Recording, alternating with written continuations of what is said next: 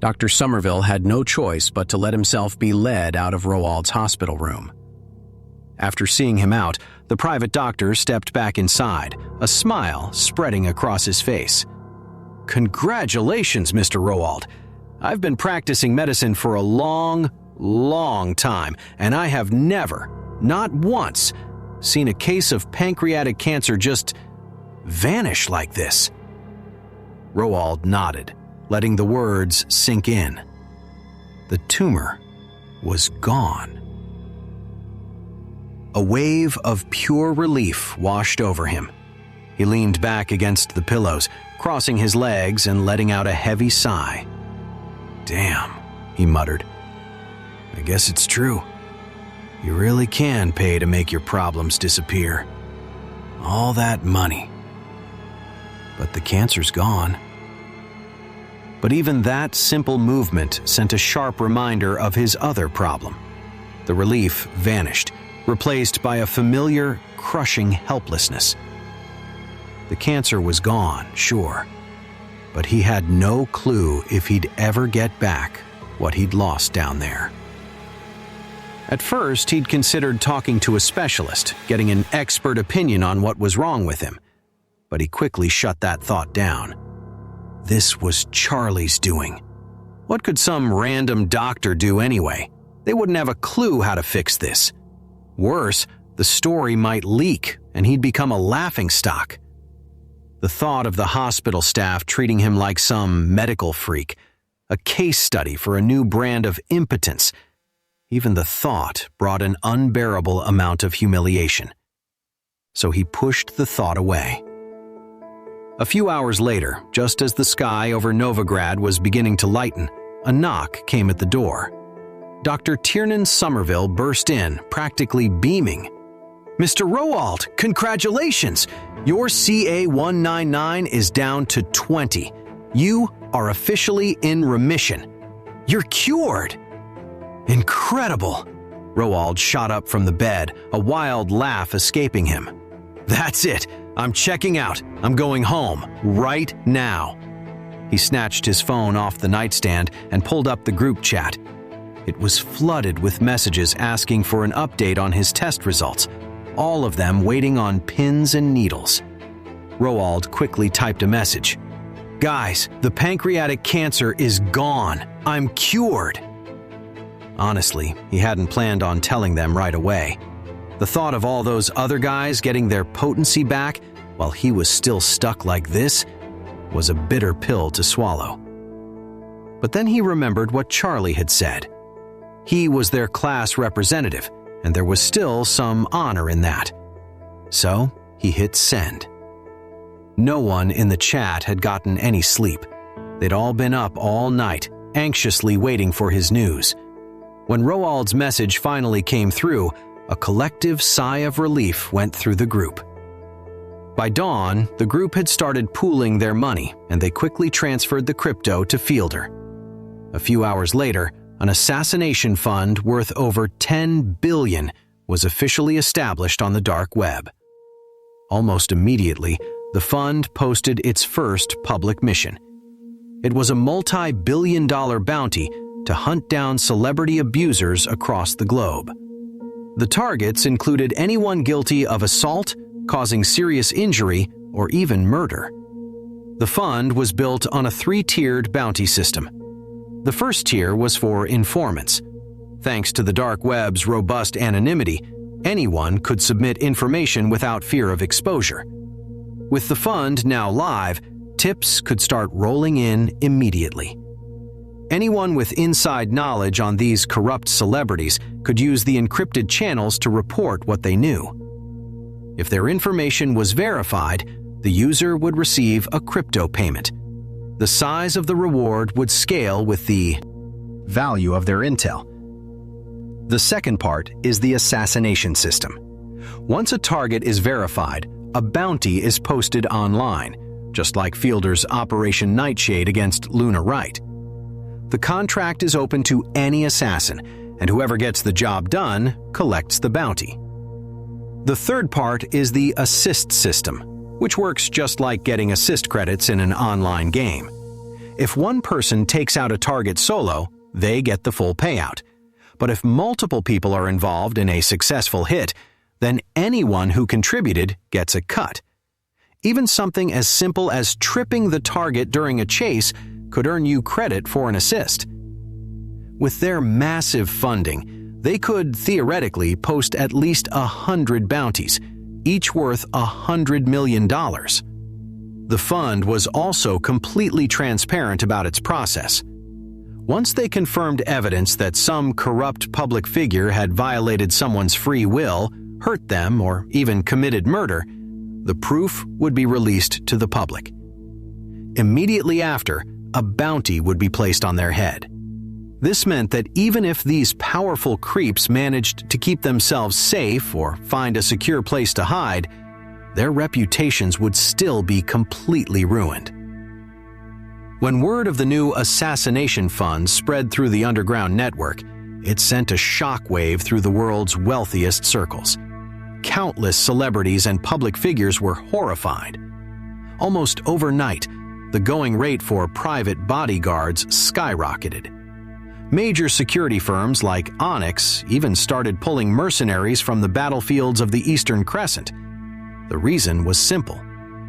The money these mercs could make bodyguarding celebrities dwarfed what they were earning in a war zone. Some of the super rich were offering salaries 10 times higher than combat pay. For a while, the wealthy elite in South America and Russia were in a full-blown panic. Charlie was impressed by Fielder's efficiency. The guy might have a questionable character, but he was damn good at getting things done. Roald and his friends, on the other hand, were terrified when they heard the news. Their biggest fear was that one day, the very foundation they had funded would put a price on their own heads. But Charlie reassured them. He explained that by putting up the money, they were taking a real step toward atoning for their mistakes. As long as no new evidence of their crimes surfaced, the Foundation would overlook their past actions. If the Foundation received any reports about them, it would bury the information, act like it never saw it, never publicize it, and certainly never issue a bounty. But this amnesty only applied to the past. The moment they dared to commit another crime and got reported, they'd become targets themselves. This level of scrutiny was a necessary evil. After all, that whole crew, Fielder, McKinsey included, were a bunch of monsters. When you put them on a job like this, they wouldn't spare anyone. That's why Charlie had put Fielder in charge of the whole operation. It takes a monster to hunt monsters, and McKinsey knew those scumbags better than anyone, making him the perfect man for the job. Besides, McKinsey couldn't afford to get reckless anymore, since he was completely under Jet's control. With the fund officially established, the members were ready to beg Charlie to restore what he'd taken from them. By that time, however, Charlie had already left for Eastcliff with Luna's team. Her next concert was scheduled there. He didn't have much to do as an energy alignment consultant, but he'd already told his wife he was going on the trip, and bailing now would look suspicious. Just as Charlie was settling into his seat on Luna's private jet for the flight from Oris Hill to Eastcliff, he got a call from Clara. Charlie's phone buzzed, and his face lit up when he saw Clara's name. Clara had been on her global farewell tour for what felt like forever, performing all over the world without a single stop back in the States. She was pouring her heart and soul into these last shows. Once the tour was over, she was leaving the spotlight for good. This was her grand finale. Charlie hit accept, a wide grin on his face. "Clara, hey, it's been a minute." Her voice came through, crackling with excitement. "Charlie, I'm on the plane. I'm finally coming home to Eastcliff." Charlie sat up, surprised. "Wait, where are you now?" "Miami," she said. "I just have one last farewell show to do, and that's it. After that, I'm officially done with the entertainment world forever." "So, where's the last concert?" he asked. "Eastcliff," she announced. "I've been thinking about it a lot. My first stop was Oris Hill," she explained, her voice full of emotion. "And I wanted my last one to be Eastcliff. One for the city where you are now, and one for the city where we grew up. It just felt more meaningful, you know?" Charlie smiled. "Wow, Clara, that's really thoughtful. So when's the show in Eastcliff?" "February 2nd, she replied, her excitement palpable. "Your birthday!" Charlie laughed. "But it's only late December. That's still like 2 months away." "I know," she said brightly. "Once I get back, I'm just going to take a real break and hang out with my parents for a while." "When are you getting to Eastcliff?" she asked. "My folks keep asking about you. They really miss you." Charlie grinned. "You're not going to believe this, but I'm on a plane right now, too. We're about to take off. I'm heading to Eastcliff myself, but I'm a little closer. I should be there in about an hour." "What?" Clara gasped. "Charlie, you're coming to Eastcliff right now? What for? How long are you staying?" "Probably about a week, maybe 8 days," he said. "Hey, you know who Luna Wright is, right?" "Are you kidding?" Clara said with a laugh. "She's one of the biggest singer-songwriters on the planet. I'm a huge fan. I even tried to get tickets for this tour, but they sold out instantly." "Wait, don't tell me. You're taking your sister-in-law to the concert?" Charlie chuckled. "Not exactly. I've got a different kind of gig. I'm the energy alignment consultant for Luna Wright's U East tour. I've been traveling with her team, getting things set up. They call it prep, but honestly, it's pretty low-key." Clara's voice was full of awe. "No way! That's incredible! So does that mean you'll have time to come by the house?" "Of course," Charlie said instantly. "Tell you what, how about I pick you up from the airport when you land? We can head straight to your folks' place together." "Deal!" Clara's tone turned practical. "I don't land until tomorrow morning. I booked a red-eye to dodge the paparazzi. If you're free, could you grab me from the airport?" "Done," Charlie confirmed. "I'm heading over to my grandpa's place tonight. Just text me when you're getting close and I'll head over." Clara was ecstatic. "Perfect. See you tomorrow morning." Charlie hung up just as the plane started accelerating down the runway. Luna glanced at him, her curiosity piqued. "Mr. Wade, who was that on the phone?" she asked. "I thought I heard them say something about a concert in Eastcliff." Charlie smiled. "That was one of my childhood friends. She's a singer, too," he added. "Probably not on your level, though." "Really?" Luna felt a wave of relief wash over her. She leaned in slightly. "What's her name? Maybe I've heard of her." "Clara. Clara Baxter." "Clara," Luna murmured, her brow furrowing in thought. A moment later, her eyes widened. "That name sounds so familiar. Wait, isn't she one of the biggest female singers in the States? I think she just did a tour in Russia not too long ago."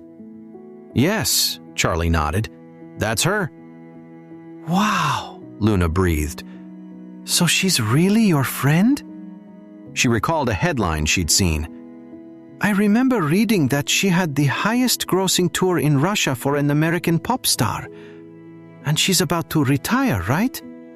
"Yes," Charlie said. "She's doing one last farewell concert in Eastcliff." "I thought I heard you say you were going to the airport to pick her up," Luna said. "So she's coming to Eastcliff too?" "She is," Charlie confirmed, "taking a 2-month break." An idea sparked in Luna's mind. Her thoughts raced for a moment before she turned back to Charlie, her expression hopeful. "Mr. Wade, I was wondering, do you think it would be possible for me to invite Miss Baxter to be a guest at my concert?" "A guest?" Charlie asked, surprised. Why the sudden interest? Luna smiled. It's pretty standard for concerts to have guest performers, Mr. Wade. Usually we invite a well-known local singer to join in for a few songs. She continued, They usually come on around the middle of the show, but honestly, this whole U.S. leg of the tour came together so fast after we met in Canada, I didn't have time to coordinate with any artists here. Since Miss Baxter is so well known in America, and she's from Eastcliff, it would be incredible if I could invite her to be a guest at my show. It would be a huge honor for me. Of course, Luna had only suggested it because she'd heard Clara was Charlie's friend. It was a gesture of respect. Plenty of singers would kill to be a guest at one of her concerts. With her massive following, it was basically free publicity.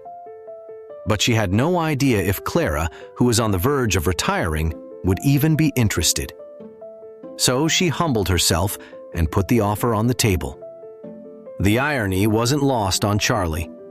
He'd just spent 10 minutes on the phone with Clara, listening to her complain about how she couldn't get a single ticket to Luna's concert.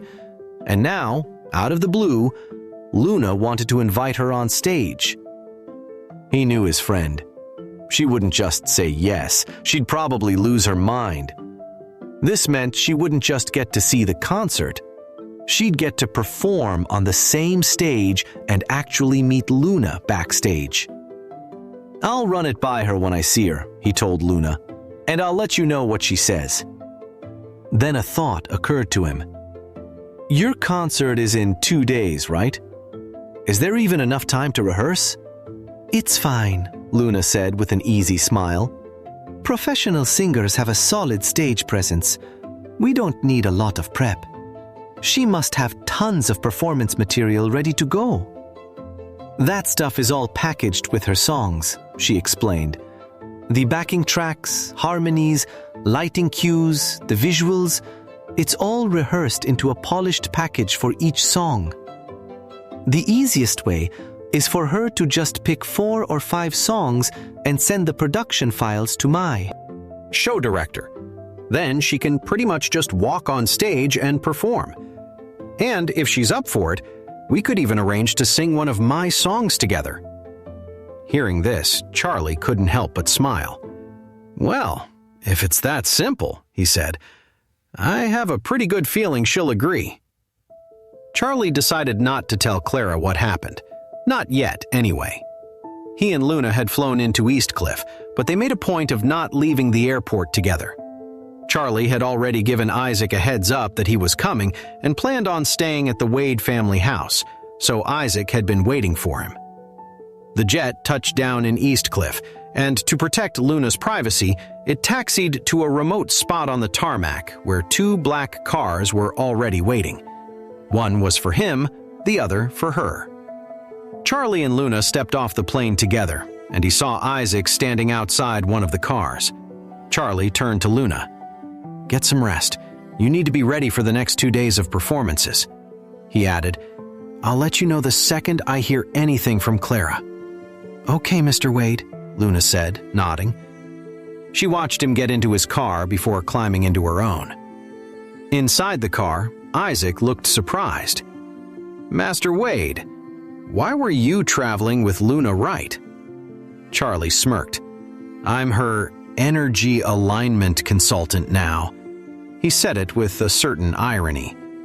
She had a concert here in Eastcliff, so it was a good excuse for me to tag along and check on things. Isaac nodded, getting the picture. Master Dorian is waiting for you at the house. All right, Charlie said. Let's go see my grandpa.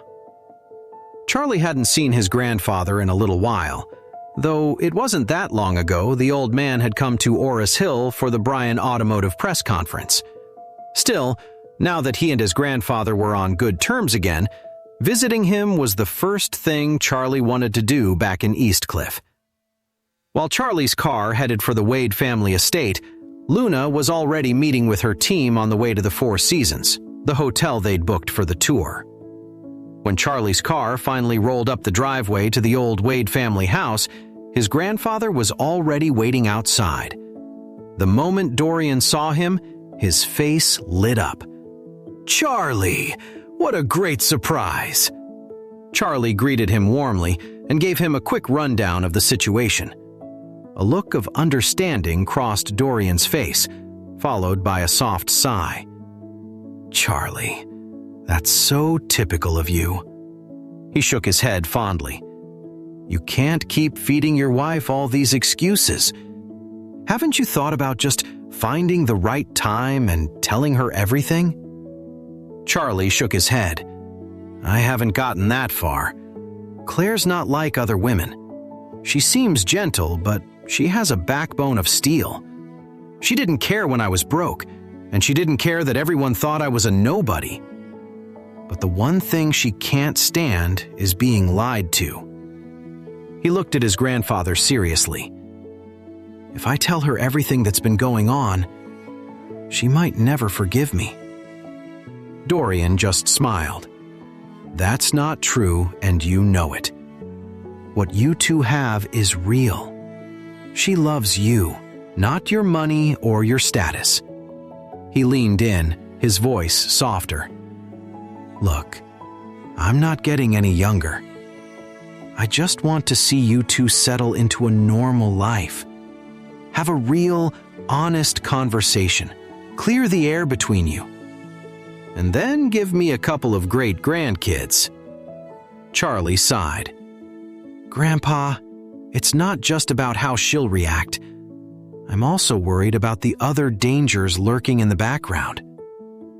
Dorian guided him over to a chair in the living room. "You're still worried about the Warriors' front, aren't you?" he asked, his expression serious. "Not just them," Charlie admitted. Dorian studied his grandson's face. "If you want to talk, I'm here to listen. Tell me everything." Charlie let out another heavy breath. "Let's put the Warriors' front aside for a minute. Grandpa, I'm sure you've heard a thing or two about what my father-in-law and mother-in-law are like." Dorian's lips twitched into a wry smile as he nodded. "Oh, I've heard, especially about your mother-in-law. She's something else." He chuckled lightly. "Your aunt has been spoiled her whole life, and in all these years, only 2 people have ever been able to put her in her place. One is you. The other is your mother-in-law." "I still haven't told Claire the truth," Charlie said, a worried look on his face. "And a big part of that is because of her parents. She's fiercely loyal to them. If I tell her, there's no way she wouldn't tell them. And my in-laws, they're not exactly easy people. If they found out how powerful my family really is, their egos would explode. They'd broadcast it to the whole world, and my entire plan would go up in smoke." "That makes sense." Dorian considered this for a moment, then gave a solemn nod. He knew Charlie's in-laws were a pair of wild cards. Once they got going, there was no stopping them, especially the mother-in-law. The thought seemed to weigh on him, and he let out a heavy sigh. "Charlie," he began, his voice softening, "in your father's generation, the Wades only had him. He was the one. In your generation, it's just you. And in the next, I believe only you can produce an heir as remarkable as you and your father. You can't just keep putting off the idea of having children. Whether you tell your wife soon or not, starting a family has to be your priority." Charlie nodded. "I hear you, Grandpa. I'll really think about it. But it just feels too soon. I still haven't dealt with Eva. If I have a child now, what if I can't beat Eva? What if I end up dead, just like my father? What happens to my son then? Does he have to be hidden away too? Forced to grow up in the shadows just to one day avenge me?" Dorian fell silent, his gaze distant. When he finally looked at Charlie, his eyes were tinged with red. He seemed to wrestle with his next words before finally speaking. I saw Kellen a few days ago." "What did you and Uncle Kellen talk about?" Charlie asked. The old man's voice was heavy with emotion. "Kellen told me Clara is quitting the entertainment industry. She's planning to just stay home with her parents after she leaves." He paused, his old eyes locking onto Charlie's. "And wait for you." "Wait for me?" The words hit Charlie like a physical blow. He suddenly remembered Kellen's 3-year agreement. Kellen had told him he'd give him 3 years to sort out his marriage, and after that, he could marry Clara. Charlie hadn't known what to say back then. With their parents having arranged the engagement, and Kellen being like a brother to his father, how could he have refused him to his face? But time had a way of slipping by. 3 years had passed in a blur. Seeing Charlie's silence, Dorian pressed on. "Kellen is worried about the next generation too. He was one of your father's closest friends. He cares about the Wade family line." Charlie could feel the weight behind his grandfather's words. "Grandpa, just say it. You don't need to beat around the bush. It's just us here." Dorian nodded, his expression grave as he enunciated each word. "Kellen's proposal is, you don't have to marry Clara right away, but he hopes that you and she can have a child first, to continue the family line." "Absolutely not!" Charlie shot to his feet, his voice sharp. With disbelief. "I can't do that to Clara, and I can't just have a child with her out of wedlock. It's completely wrong." "You're not thinking clearly." Dorian's voice, usually so gentle with Charlie, was suddenly hard as steel. "The Baxters are one of the most powerful families in the country. Clara is their only daughter, the most famous singer in America. She's practically royalty to millions of people. For a girl with that much pride, that much status, to be willing to get pregnant out of wedlock, to have your child in secret, and you dare to refuse? Have you thought about what this means for Kellen's honor?" Dorian's voice rose. "And let me tell you something. This isn't just Kellen's idea. His entire family is on board with this. All 3 of them." "The whole family? All 3 of them?" Charlie was stunned into silence. It took him a long moment to find his voice. Why would Uncle Kellen even suggest something like that? "It's not fair to Clara," he said, shaking his head. "And what did I do to deserve this?" Dorian let out a heavy sigh. "Look, I didn't get it at first either. I even tried to talk Kellen out of it, but his mind was made up. He insisted I be the one to talk to you." "What am I supposed to tell them?" Charlie shot back, his voice tight with anxiety. "This is insane. Have they even thought this through? If word gets out, it'll destroy Clara's reputation. Even if she quits show business, she's still the biggest pop star in the country. The media will be all over her for the rest of her life." "Don't worry about that," Dorian said calmly. "Kellen already has a plan. A few years back, he bought an island in the Bahamas. Was supposed to be for his retirement. He turned it into a resort. He's going to shut the resort down, make it a private island again. If Clara gets pregnant, he'll take her and his wife there to live for a while. He'll fly a top-tier medical team out from the States to stay on site year-round until the baby is born. It's the only way to guarantee total secrecy. It doesn't matter if the public finds out after the fact. He just wants to make sure no one knows you're the father, so it doesn't cause you any trouble. After the baby's born, they can stay in the Bahamas for a couple of years, then come back when the kid is 2 or 3. Or, Dorian added, you could send the child to live in France or somewhere in Europe. Then, once you've dealt with the Warriors front for good, they'll bring the child to you." "No," Charlie said instantly. "Absolutely not." Dorian's face softened. Charlie, have you thought about the worst-case scenario? What worst-case scenario? Dorian sighed, his voice dropping low. I know it's a grim thought, but in our world, you have to plan for the worst. What if something happens to you? An accident? Do you want our family line, your parents' bloodline, to end with you? Your ancestors, they were all titans, thunderbirds. Charlie fell silent. Seeing his opening, Dorian pressed on. There are many ways to fail your ancestors, Charlie. But the greatest is to let the family line die. It doesn't matter if we die, as long as the bloodline continues. That's what Kellen is so afraid of. And what happens then? Charlie shot back, his anger flaring. When Clara just shows up with a child? You think the paparazzi, the public, will just let that go?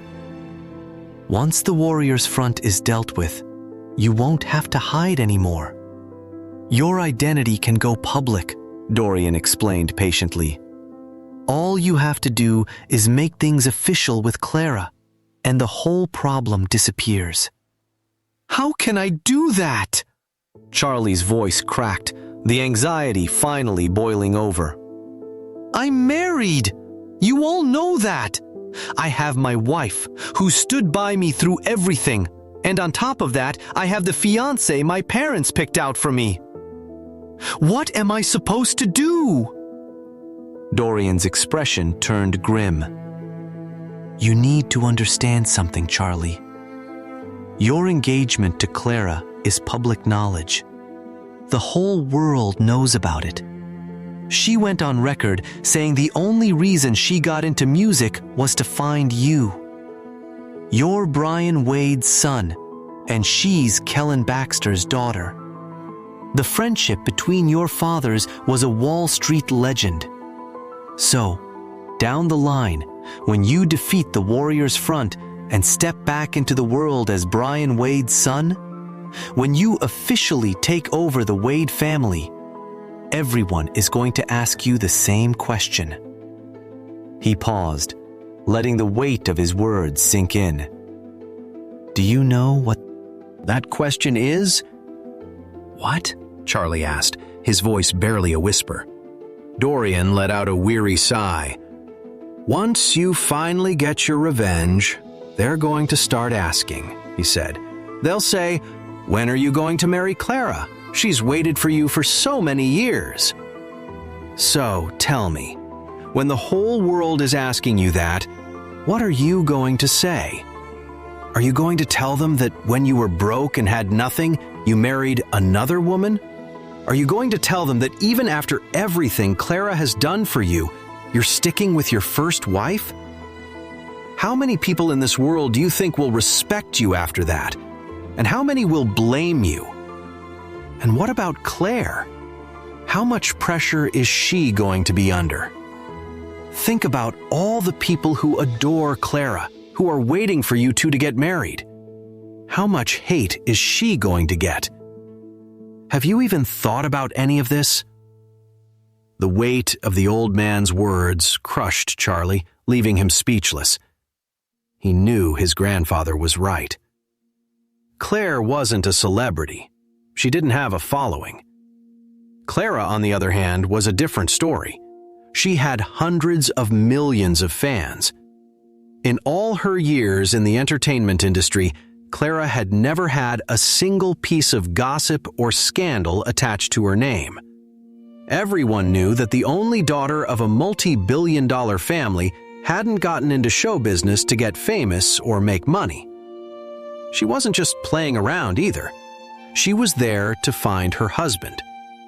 That genuine, down-to-earth goal was precisely what made so many people absolutely adore her. You could say there wasn't another female star in the entire industry like her. Plenty of actresses managed to stay scandal-free for years, only to end up marrying into some super-rich family. Sometimes they'd even marry men decades older than them, older than their own fathers. It made it seem like their whole squeaky clean image was just a long-term play to marry rich. You couldn't even compare those women to Clara. Everyone knew that if you wanted to be a fan of a star who would never let you down, you followed Clara. The moment his identity as the heir to the Wade family was revealed, people would definitely start asking why he didn't marry Clara. And someone, somewhere, was bound to ask why Claire didn't have the decency to just step aside. Charlie felt like he was about to shatter. He looked at the old man, his voice thick with anguish. No matter what I do, it's the wrong move. If I don't marry Clara, it's wrong. But if I do marry her, it's still wrong. If I hide the truth from Claire, it's wrong. And if I tell her, it's still wrong. I can use the Warriors Front as an excuse for hiding my identity for now. But what happens after they're gone? If I still keep it a secret, that's wrong too. What am I supposed to do? How can this possibly have a perfect ending? Dorian had never seen Charlie so broken. Even when he'd knelt at his parents' tomb, he hadn't seemed this helpless. He was hurting and vengeful back then, but he knew exactly what he had to do. A powerful sense of purpose drove his every step. But now, Dorian saw a lost little boy. Feeling a pang of sympathy, he gently patted Charlie's shoulder and tried to comfort him. Charlie, if we could all just let go of our impossibly high moral standards, half our problems would just disappear. That Wilson girl has been good to you, and you've been more than good to her all this time. You've even been kind to her parents, repaying their cruelty with kindness. If she truly loves you and wants to build a life with you and spend the rest of her days by your side, then I don't have much else to say. But your feelings for her aren't entirely pure, are they? You said it yourself. If she ever finds out who you really are, she'll be devastated. But you carry your parents' name. They died a tragic death that the whole world mourned. Once you finally had your revenge, you can't just go live a quiet life somewhere. You can't just vanish back into the crowd. You can't let the world go on believing that Brian and Celine's son died all those years ago. And you can't let the world slowly forget them. No, quite the opposite. You have to tell the world. You have to let everyone know that Brian and Celine's son is alive and well. Their family line is not broken. You have to use your own strength, your own accomplishments to restore the honor your parents earned. You have to make sure their names are never forgotten. This is your duty. It is your responsibility as their son. So, if you agree with everything I just said, then tell me, aren't you and Claire Wilson destined to go your separate ways?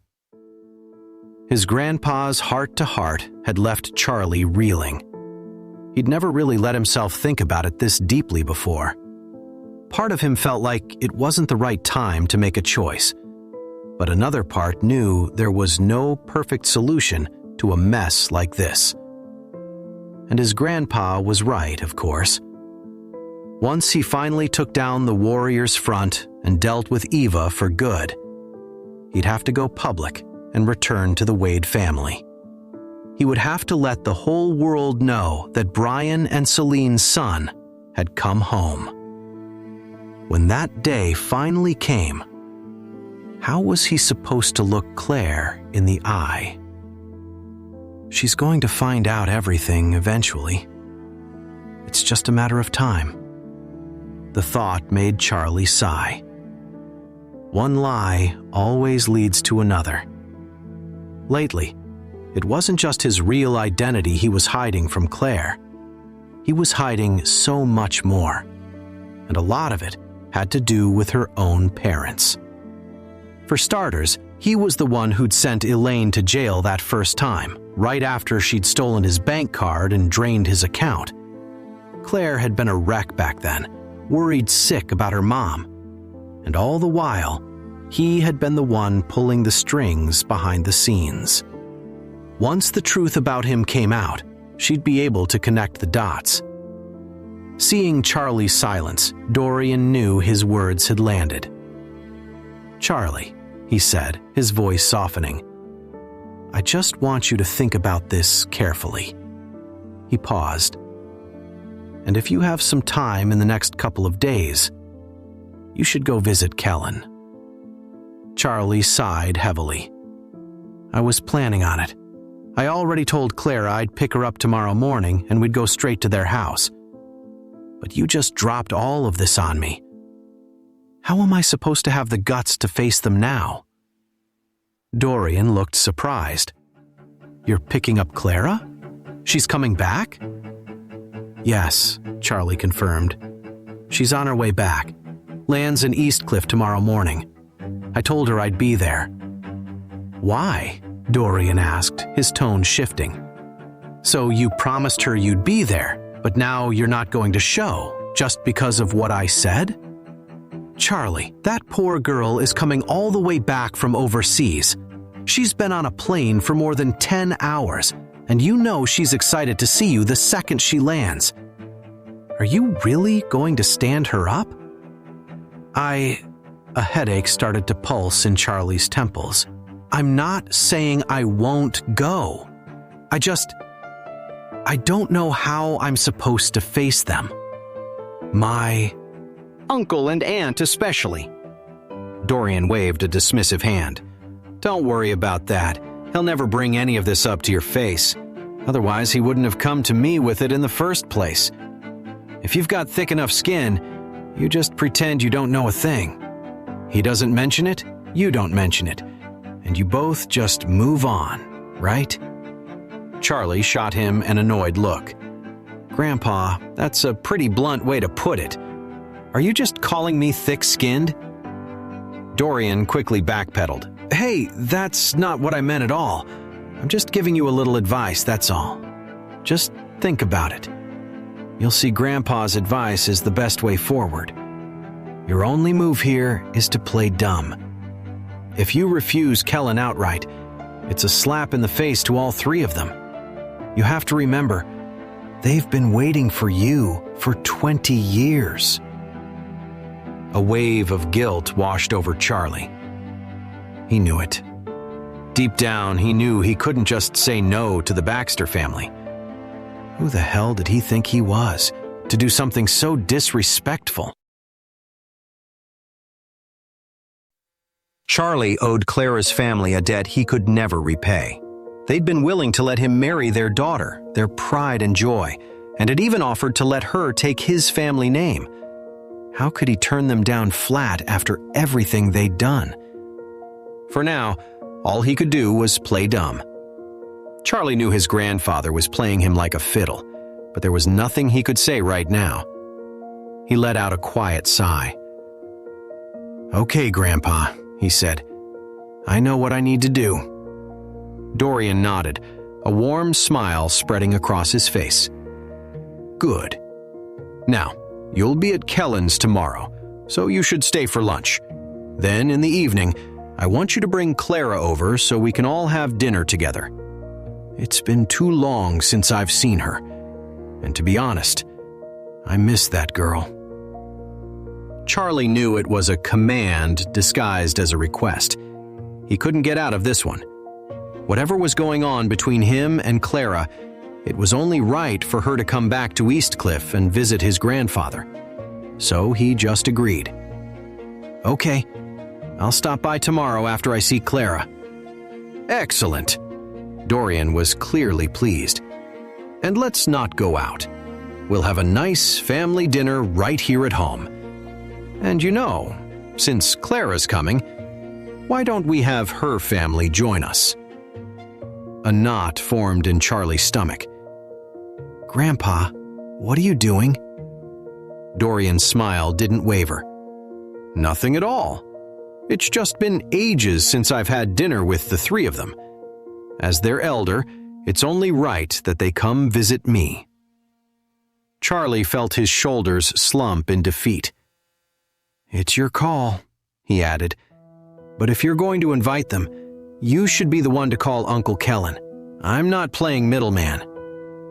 Fair enough, Dorian agreed instantly, his smile widening. After you pick up Clara tomorrow, swing by her house and say hello to Kellen and his wife. I'll call him around noon and invite them for dinner. I'm sure he won't say no. Okay.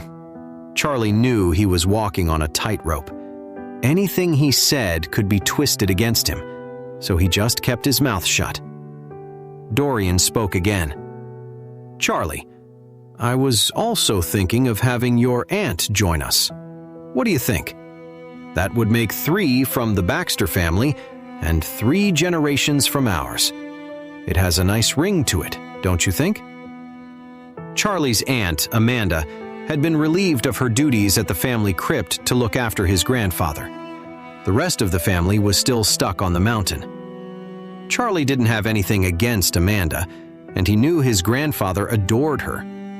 This was just another one of the old man's chess moves, trying to smooth things over between them. So Charlie just nodded. You call the shots, Grandpa. Good. That's good, Dorian beamed. Then it's settled. I'll handle everything tomorrow. Now, you should get some rest. Don't you have an early trip to the airport to get Clara? A wave of exhaustion hit Charlie. If you don't mind, he said, I think I'll go sit in my father's study for a bit. He stood, said goodnight to his grandfather, and headed for the study. Everything inside was exactly as it had been years ago. Each object, each decoration, was a ghost of a memory from his childhood. In moments like these, Charlie almost pitied his grandfather.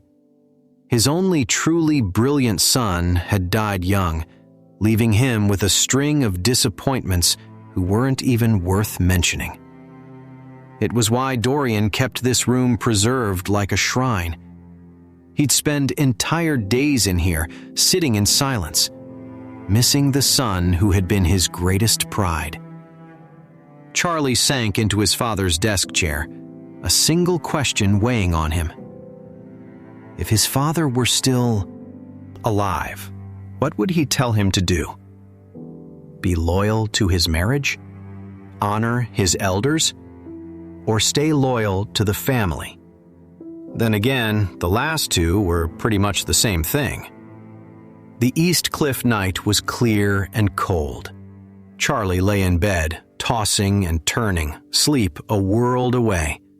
His past, present, and future churned in his mind, a tangled mess he couldn't begin to sort out. Meanwhile, thousands of miles away, a woman sat in the blue-bricked yard of a chapel on Mount Shasta. She was perched on a rattan chair, her gaze lost in the vast, starry sky. She had delicate features and carried herself with an almost otherworldly grace. Even after 50 years, only a few fine lines around her eyes betrayed her age. This was Charlie's biological mother, Celine. Just then, an older woman with a powerful presence hurried into the courtyard. Madam, Delilah said respectfully, Stephen Thompson just reported in. The head of the Wade family had a long talk with Charlie today. Really? Celine's curiosity was piqued. And what did my father-in-law have to say to Charlie? They were talking about Miss Baxter, madam, Delilah replied. Clara.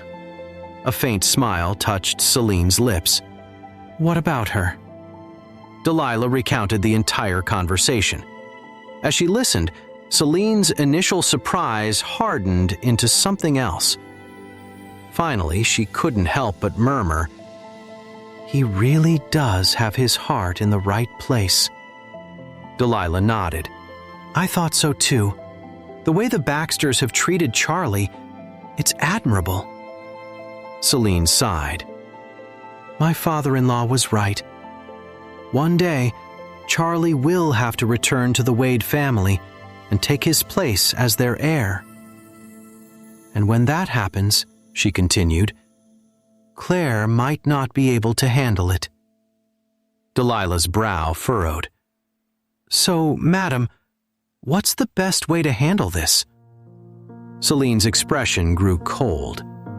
She was quiet for a long moment before she said, There are a few options, but doing nothing isn't one of them. Are you saying the young master and Claire aren't a good match? Delilah asked hesitantly. Yes, Celine nodded.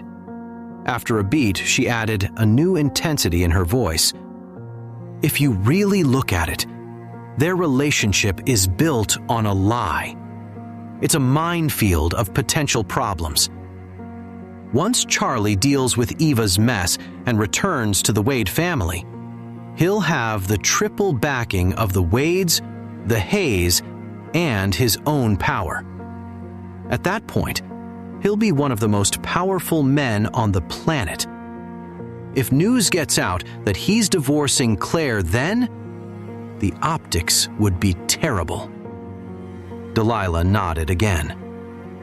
So, madam, do you have a plan? Celine was silent for a moment. Claire's parents are wild cards, she said finally. But Claire herself should be manageable. I wonder, what if she were to discover Charlie's identity, as if by accident? What? Delilah looked alarmed. Madam, if she finds out about the young master's background, won't that put him in danger? That's why it would have to be a controlled leak, Celine said, her voice low and serious. Imagine, Claire finds out who Charlie really is, finds out he's been lying to her this whole time, and if she learned about the mission he's on, she pressed, what do you think she would do? Delilah thought for a moment. She'd probably divorce the young master, wouldn't she? Yes, Celine nodded. If she's the person we think she is, she'd most likely choose to divorce him. Between the betrayal of being lied to for so long and the blood feud tied to his family, if she truly loves him, she'll see she has to let him go. Celine's eyes were fixed on the stars, her plan taking shape. She would have to leave quietly, taking the secret with her, not even telling her parents. Delilah's eyes widened. Madam, are you suggesting we tell Claire everything? Yes, Celine said seriously. It's time she knew. Besides, she went on, with everything Charlie has on his plate right now, he doesn't need one more thing to worry about. If she stepped away, even for just a little while, it would be a huge relief for him. I don't see a downside. Delilah asked, So, how exactly do we tell Claire? We need someone persuasive, someone she'll actually listen to. After a moment, she herself offered, Ma'am, what if I find a way to meet with her myself? You're not the one for this, Celine said, her tone firm and dismissive. You've been missing for years. If you suddenly show up and tell her all this, why would she believe you? Delilah conceded. Then who do you think would be a better choice? There's only one person in the world who's right for this, Celine answered. And that's Stephen. She elaborated. If the Wade or Hayes family told Claire, she'd believe it, no question. But Charlie would never forgive them when he found out later. His own family can't be the ones to play the bad guy. Let Stephen be the one to take the heat. He's worked for the Wade family for years, and his credentials are all over the internet, Celine continued, laying out her logic. If it comes from him, Claire won't doubt it for a second. Delilah's eyes lit up with understanding. She nodded slightly. You've really thought this through, ma'am. Using Stephen is a much smarter play. It's absolutely the right call. Then a thought occurred to her. Ma'am, what if she finds out and decides not to leave Charlie? Celine said casually, It doesn't matter if she stays. Charlie is usually so strong and decisive, she explained, but when it comes to this, he's completely paralyzed. He's afraid to tell Claire the truth, and it's creating all these hidden problems in their relationship. If Claire finds out and still decides to stay, then she'll finally have to commit to building a real life with him. That would be 1,000 times better than this limbo they're stuck in. As a mother-in-law, Celine had her own private complaints about Claire. Putting everything else aside, the fact that they'd been married for years and still weren't truly husband and wife was something no mother-in-law would find acceptable. If Claire agreed to leave Charlie, Celine was prepared to give her a $10 billion severance, ensuring she'd be set for life. It would also free Charlie from this hollow marriage. And if Claire refused to leave, then Celine's actions would put enough pressure on her to force their relationship to the next level. At the very least, they would have to start having a real marriage. In Celine's mind, either outcome was a vast improvement on the current stalemate. Since Charlie was unwilling to make a move, she, as his mother, would find a way to give him the push he needed. Get Stephen ready, she said to Delilah. Have him come back to the country, but keep it quiet. Delilah nodded. Okay, ma'am. I'll contact him right away. Celine added, Tell him not to fly. He needs to find a secure route by sea. Charlie has an II model now. If he enters the country through any official channels, the II would flag him instantly. Delilah noted. Ma'am, traveling by sea will take time. He might not get here until next month. Slow is fine, Celine said. The most important thing is that he doesn't leave a trail. She locked eyes with Delilah. If Charlie finds him, he finds me. And trust me, he has more than enough ways to get information about me out of Stephen. Early that morning, Charlie steered a nondescript sedan off the Wade family grounds and headed for the airport. Since Clara was flying private, her itinerary was completely off the grid. Her jet touched down just as the sun began to peek over the horizon. Charlie was waiting for her outside the executive terminal. Before long, a security detail of men and women in black suits escorted a young woman toward his car. She had on a baseball cap and a face mask, and their pace was brisk. Charlie rolled down the passenger side window. Clara spotted him in an instant. She broke into a short sprint, closing the distance between them. Even bundled up, with only her wide eyes visible, Charlie could see they were crinkling with joy. Her bodyguard, a woman from the Baxter family's team, quickly stepped forward to open the passenger door. Clara hopped right in. Beaming at Charlie, she asked sweetly, How long have you been waiting? Charlie offered a small smile. Not long. Just got here. Clara pulled the door shut and rolled up the window. She turned to him. Let's just go straight home, okay? My parents are already waiting for us. Charlie asked her, Your parents are up this early? Clara smiled. They don't usually get up before the sun, but they knew you were coming. That makes sense. Charlie nodded, pulling away from the airport and heading for the Baxter house. With the sun just starting to climb, the East Cliff traffic was still light. The drive to the Baxter family mansion took less than 40 minutes. Kellen and Sabine were already waiting outside to greet them. The moment Charlie parked and they got out of the car, the couple's faces lit up. Kellen hadn't seen Charlie in a while, and with his daughter having been out of the country, he'd missed her terribly. Seeing them arrive together like this, it felt like his daughter was finally bringing her husband home. He pictured them married, visiting all the time. The thought made him smile.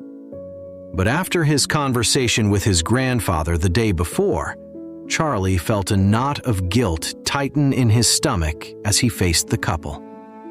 He stepped forward, the movement a bit stiff. "Hello, Uncle Kellen, Aunt Sabine." Kellen, who had long thought of Charlie as a son, clapped him on the shoulder, his voice filled with relief. "Your Aunt Sabine and I were just saying a few days ago how we wished you'd come home. We just didn't expect it to be so soon." Sabine gently touched Clara's cheek, smiling at Charlie. "You have no idea, Charlie. Your uncle talks about you non-stop, every single day," she added playfully. "Way more than he talks about Clara." Kellen chuckled. "Well, Clara's just away for a performance." He grew more serious.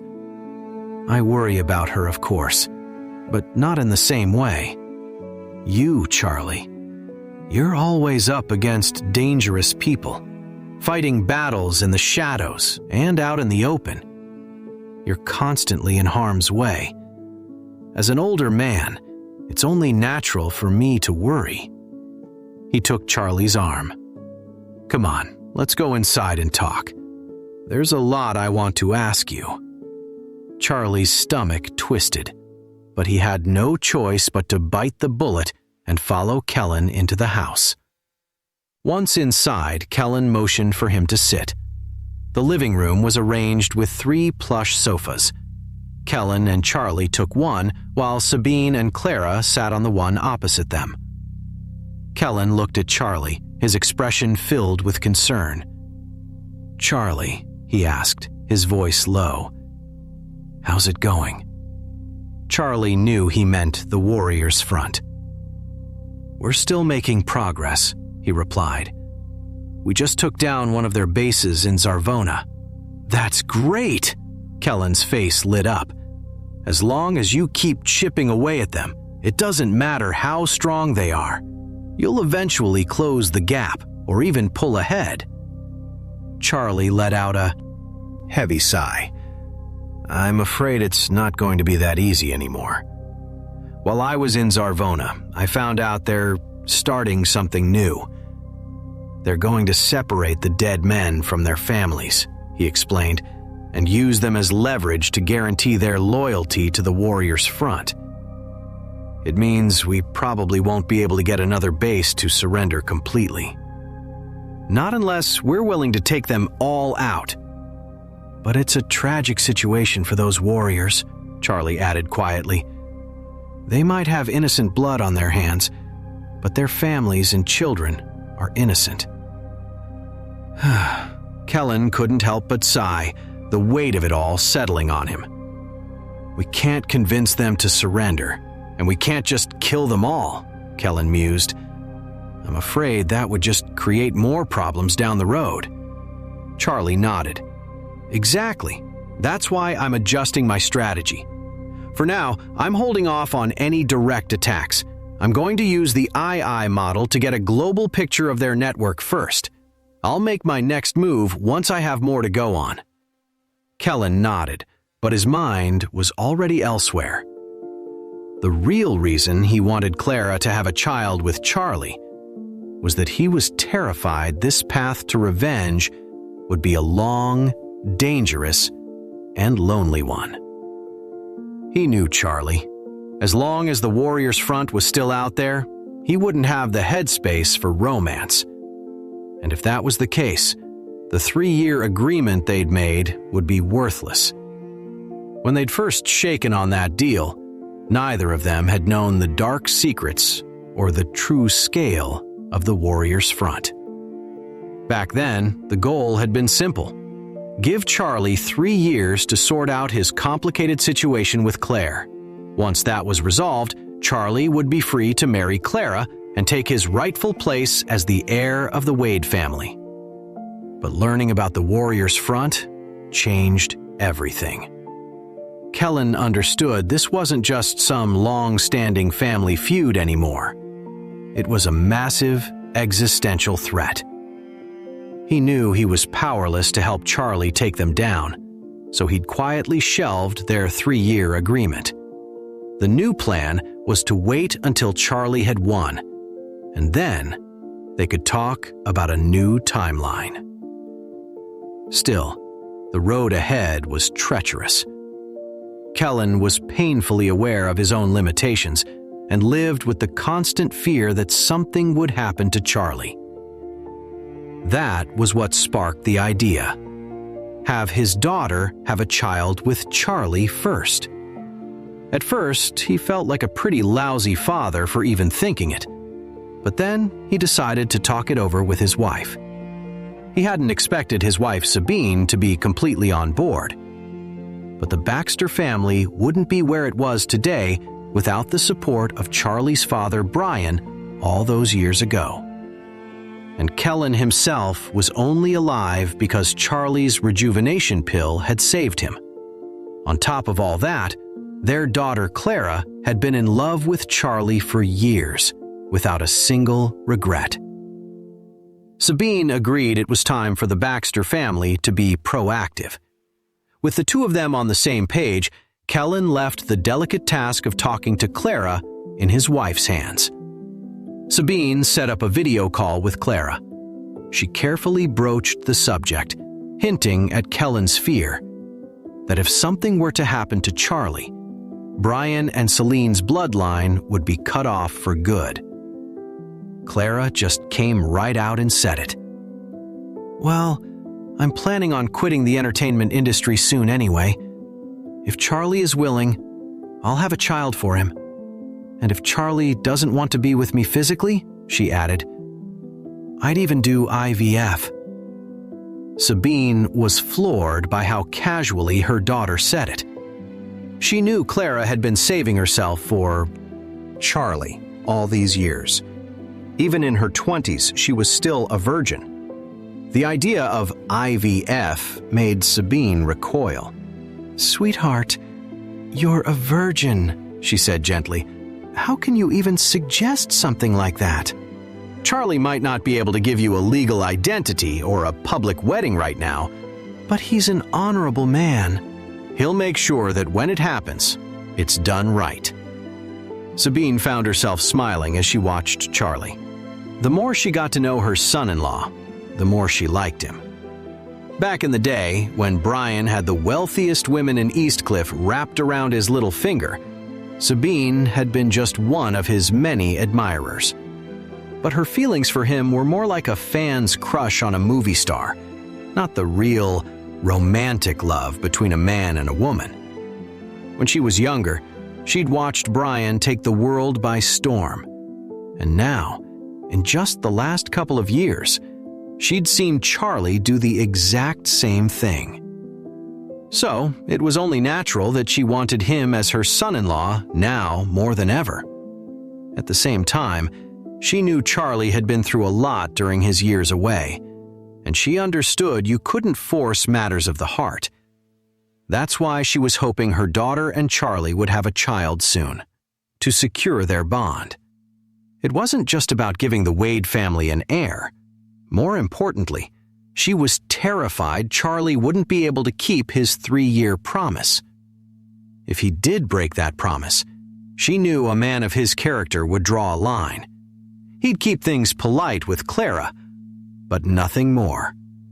And just like that, her daughter would lose her chance with him forever. She was a woman, after all. She knew how these things worked. She'd seen firsthand how much pain Brian's old flame, Poppy, had gone through her entire life, simply because she never got to marry him. And that was exactly why she was so determined to keep her own daughter from making the same mistake. Sabine was convinced that if Brian had just given Poppy a real chance, if she could have had even one night with him, her life over the last 20 or 30 years wouldn't have been so full of heartache. Loving someone from afar was one kind of pain, but never getting to have them at all? That was something else entirely. Even one single moment together would have eased so much of that lifelong ache. Sabine truly believed that if Poppy had managed to have a child with Brian back then, she would have found so much more joy in the last few decades, even if she'd never married. So, maybe it was time to just lay her cards on the table. Maybe she should just tell Charlie exactly what she was thinking. The Baxter family doesn't care if Clara is your mistress, or even if she gets pregnant before you're officially married.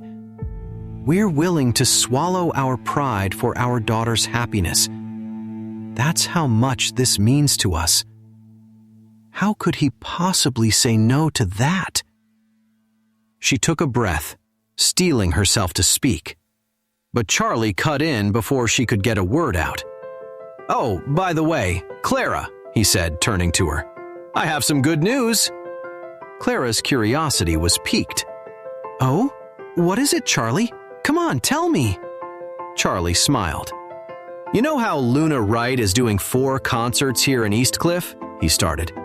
"Well, she knows you're back in town, and she wants to invite you to be her guest performer for all 4 of them. She was wondering if you'd be interested." Clara's eyes went wide. "Seriously?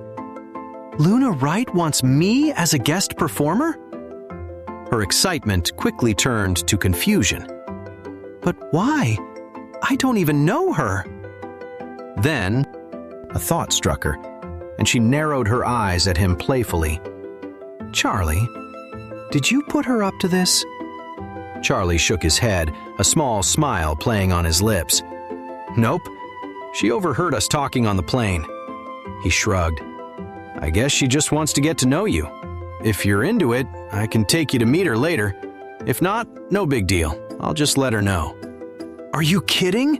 I'm so in!" Clara practically bounced with excitement. "I've always been a huge fan. She's a genius. She writes most of her own stuff. I was listening to her music long before I ever debuted. Getting to share a stage with her, especially after being out of the industry for a while, would be an incredible experience." Charlie nodded. "All right, since you're in, I'll set up a meeting for you two to talk." "Yes, please," Clara said without a second's hesitation. "Could you do that, Charlie?" "Of course," Charlie said. "I'll call her now, see if she wants to grab breakfast together."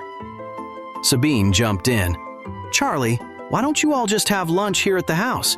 I've already told your Uncle Kellen to expect you."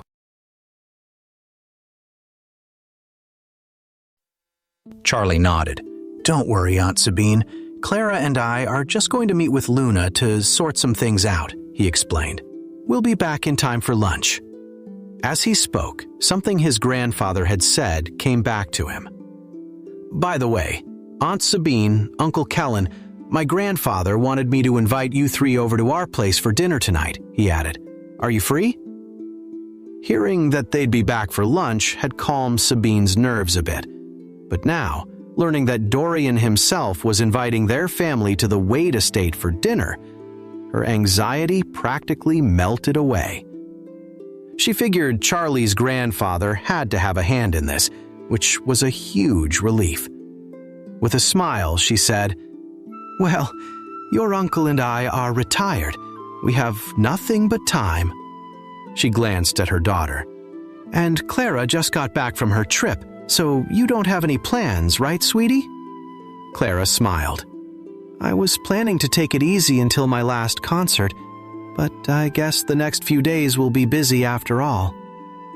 It's an honor to be a guest performer for Luna, and since I'm from Eastcliff, her coming here for a concert and me joining her on stage, it feels like the right way to welcome her." Sabine nodded gently, her smile warm. "That's wonderful. As long as you're happy, Mom supports you."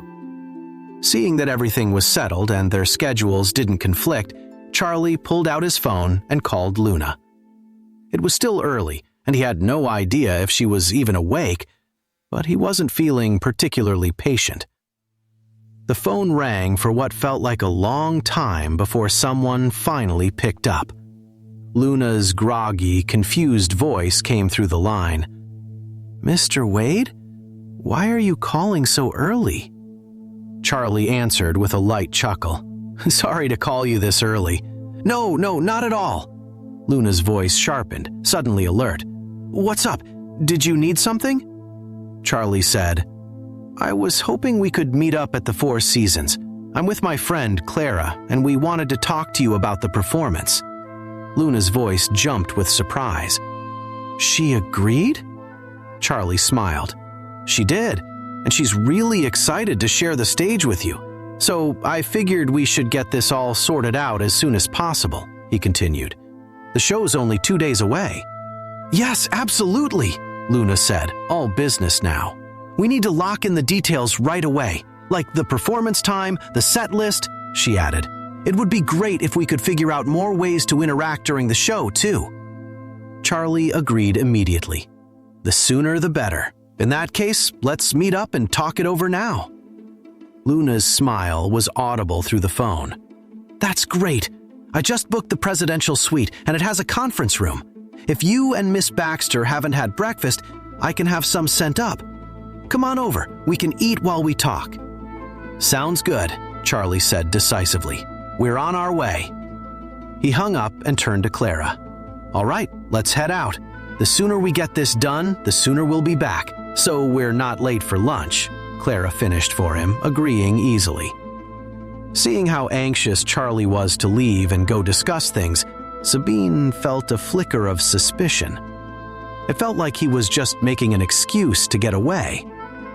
But then she remembered the dinner invitation from Charlie's grandfather and decided to let it go. "All right, if you two have things to take care of, you'd better get going," she said. "Your uncle and I will be here when you get back for lunch." "Okay," Charlie quickly agreed and led Clara out the door. Sitting in the car, Charlie let out a quiet sigh of relief. He'd been terrified that Sabine or Kellen would bring it up right there in front of Clara. If he'd gotten cornered, the whole scene would have been an absolute nightmare. He felt like he'd dodged a bullet, at least for now. Just as he started the car and pulled away from the house, Clara turned to him with a playful smile. "Charlie, were you trying to run away from my parents just now?" A flush of embarrassment crept up Charlie's neck. He should have known someone as sharp as Clara would see right through him. He tried for a casual smile as he drove. "It's not like I'm hiding from them," he said. "I just have to talk to Luna about some business." Clara just smiled and shook her head. "Charlie, it might have been years, but I still know you." She didn't have to say anything else. Charlie knew she had him pegged. Before he could even think of a response, she went on, her tone softening. "Charlie, you don't have to carry the weight of the world on your shoulders. You just need to prioritize," she added gently. "Some things can wait." Charlie nodded slowly, letting out a sigh. "I know. It's just that the elders are getting anxious." Clara's expression grew serious. "It's not just anxiety," she corrected him. "They're worried, terrified you might fail." "But I'm not like them. I'm not worried at all." Charlie managed a small smile. "You have that much faith in me?" "Absolutely," Clara said, her voice unwavering. Her trust in him was absolute. If Charlie told her the earth was square, she wouldn't think he was lying. She'd just assume he had the power to make it so. Her unwavering faith hit him right in the chest. "Clara," he said, his voice thick with emotion, "if you really believe I can win, then just give me a little more time." "Okay," Clara beamed. "I'll wait for you." no matter how long it takes." A playful glint appeared in her eyes. "And hey, if I start getting old and frail before you're done, you can just toss me a few of those rejuvenation pills. I'll take them and keep on waiting." A wave of emotion washed over Charlie, part gratitude, part shame. What had he ever done to deserve this kind of devotion?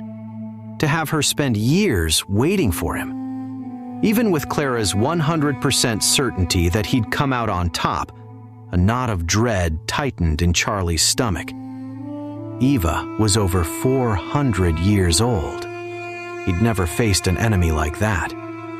For now, he was safe in the shadows, off her radar, so the pressure wasn't crushing. But the moment he had to step into the light and face her head-on, he wasn't sure he stood a chance. The thought made him ask her something he probably shouldn't. "Clara, if one day, if I'm killed by the warrior's front, could you just let it go? Could you move on?" "No." Clara's answer was immediate, her head shaking.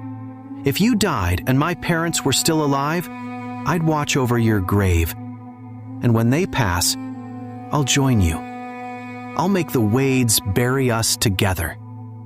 "You can't be serious," Charlie blurted out. "This is the 21st century.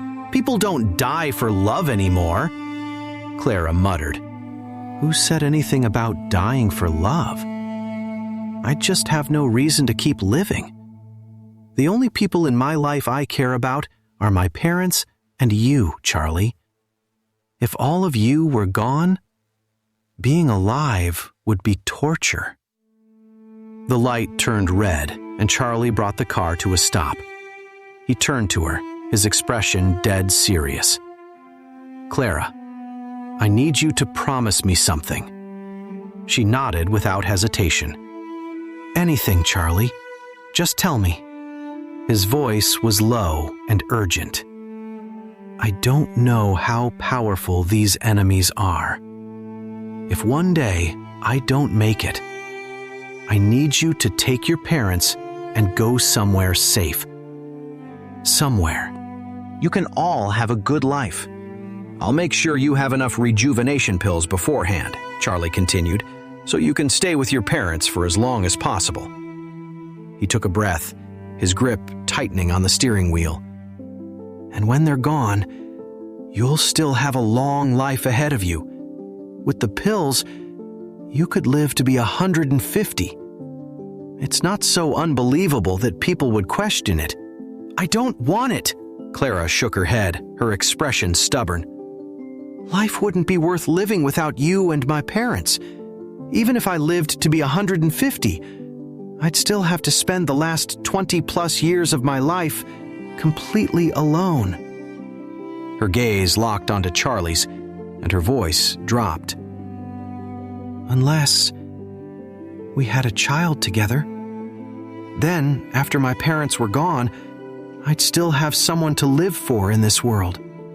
And I would fight to live every last day. But if there's no one left in this world for me," she said softly, "I'd just put on my best dress and go with dignity." Charlie was speechless. He hadn't expected her to be so direct. He thought they'd reached a silent agreement just now, a mutual understanding not to push the topic any further. But Clara, channeling her own fears, had just laid it all out there.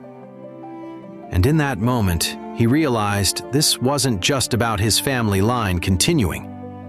For Clara, this meant everything. Maybe even more. Seeing the conflict warring on his face, Clara reached over the armrest and gently placed her hand on his. "Charlie, don't put so much pressure on yourself. Whatever you decide, I'll support you."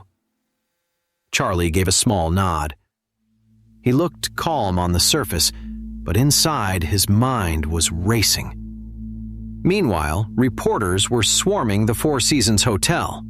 It was Luna's first performance in Eastcliff, and the press was out in full force, hoping to snag an exclusive. Fortunately, the security at the Four Seasons was ironclad. An entire floor on the top level had been reserved for Luna and her team. Besides the presidential suite for Luna herself, several executive suites were also blocked off for her crew.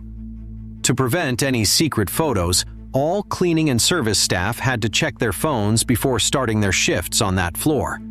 On top of that, the hotel had dedicated a private elevator for the floor, complete with its own operator. When Charlie and Clara arrived, Isaac immediately had the staff open a private passageway. The car drove directly into the VIP section of the underground garage. The press camped outside had no idea the guests of honor were already inside. Isaac himself was waiting in the VIP bay, an area located in the very center of the second-level garage. The layout resembled an infinity symbol, with the central intersection completely isolated from the rest of the garage. Only authorized vehicles were allowed access. Once the electric door hummed shut behind them, they were guaranteed complete privacy, surrounded only by a few professionally trained staff members. Isaac was already there, waiting. As Charlie and Clara got out of the car, Isaac hurried over. "Master Wade, Miss Baxter," he said respectfully. Charlie nodded at him. "Can we get to the top floor from here?" "Yes, Master. I just spoke with Miss Luna's assistant," Isaac confirmed. "She's waiting for you in her suite. This elevator goes straight to the top floor. Miss Luna's presidential suite is right there when the doors open." "Okay," Charlie nodded, then said to Clara, "Let's head up."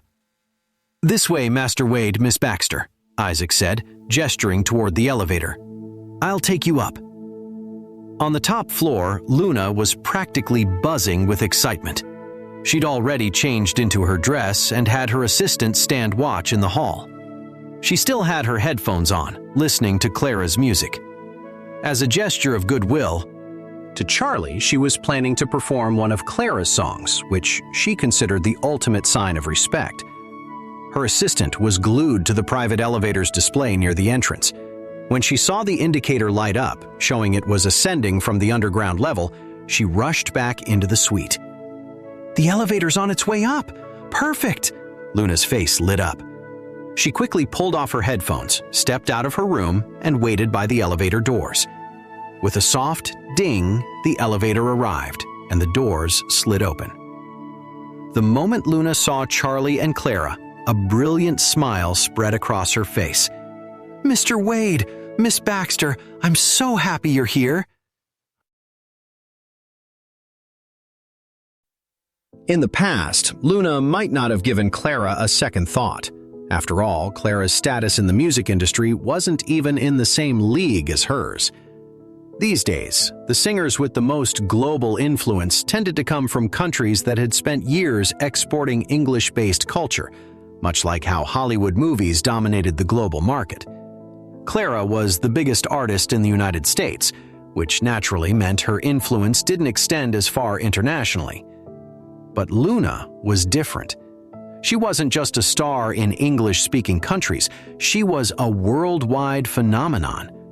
By all accounts, she was the most successful global artist of her time. Right now, though, she couldn't have been more complimentary toward Clara. She wasn't sure what Clara's relationship with Charlie was, but she'd seen the way he spoke to her on the phone, the tone in his voice, the look on his face. It was clear Clara meant a lot to him. And if Clara was important to Charlie, Luna knew she had to be important to her, too. Clara had braced herself to meet her idol, but she never expected Luna to be so incredibly warm and down-to-earth. "Miss Wright, it's such an honor," Clara said humbly. "I've heard so much about you. I was a fan long before I ever started my own career." Luna's face broke into a wide smile. "We're both singers, so that makes us colleagues.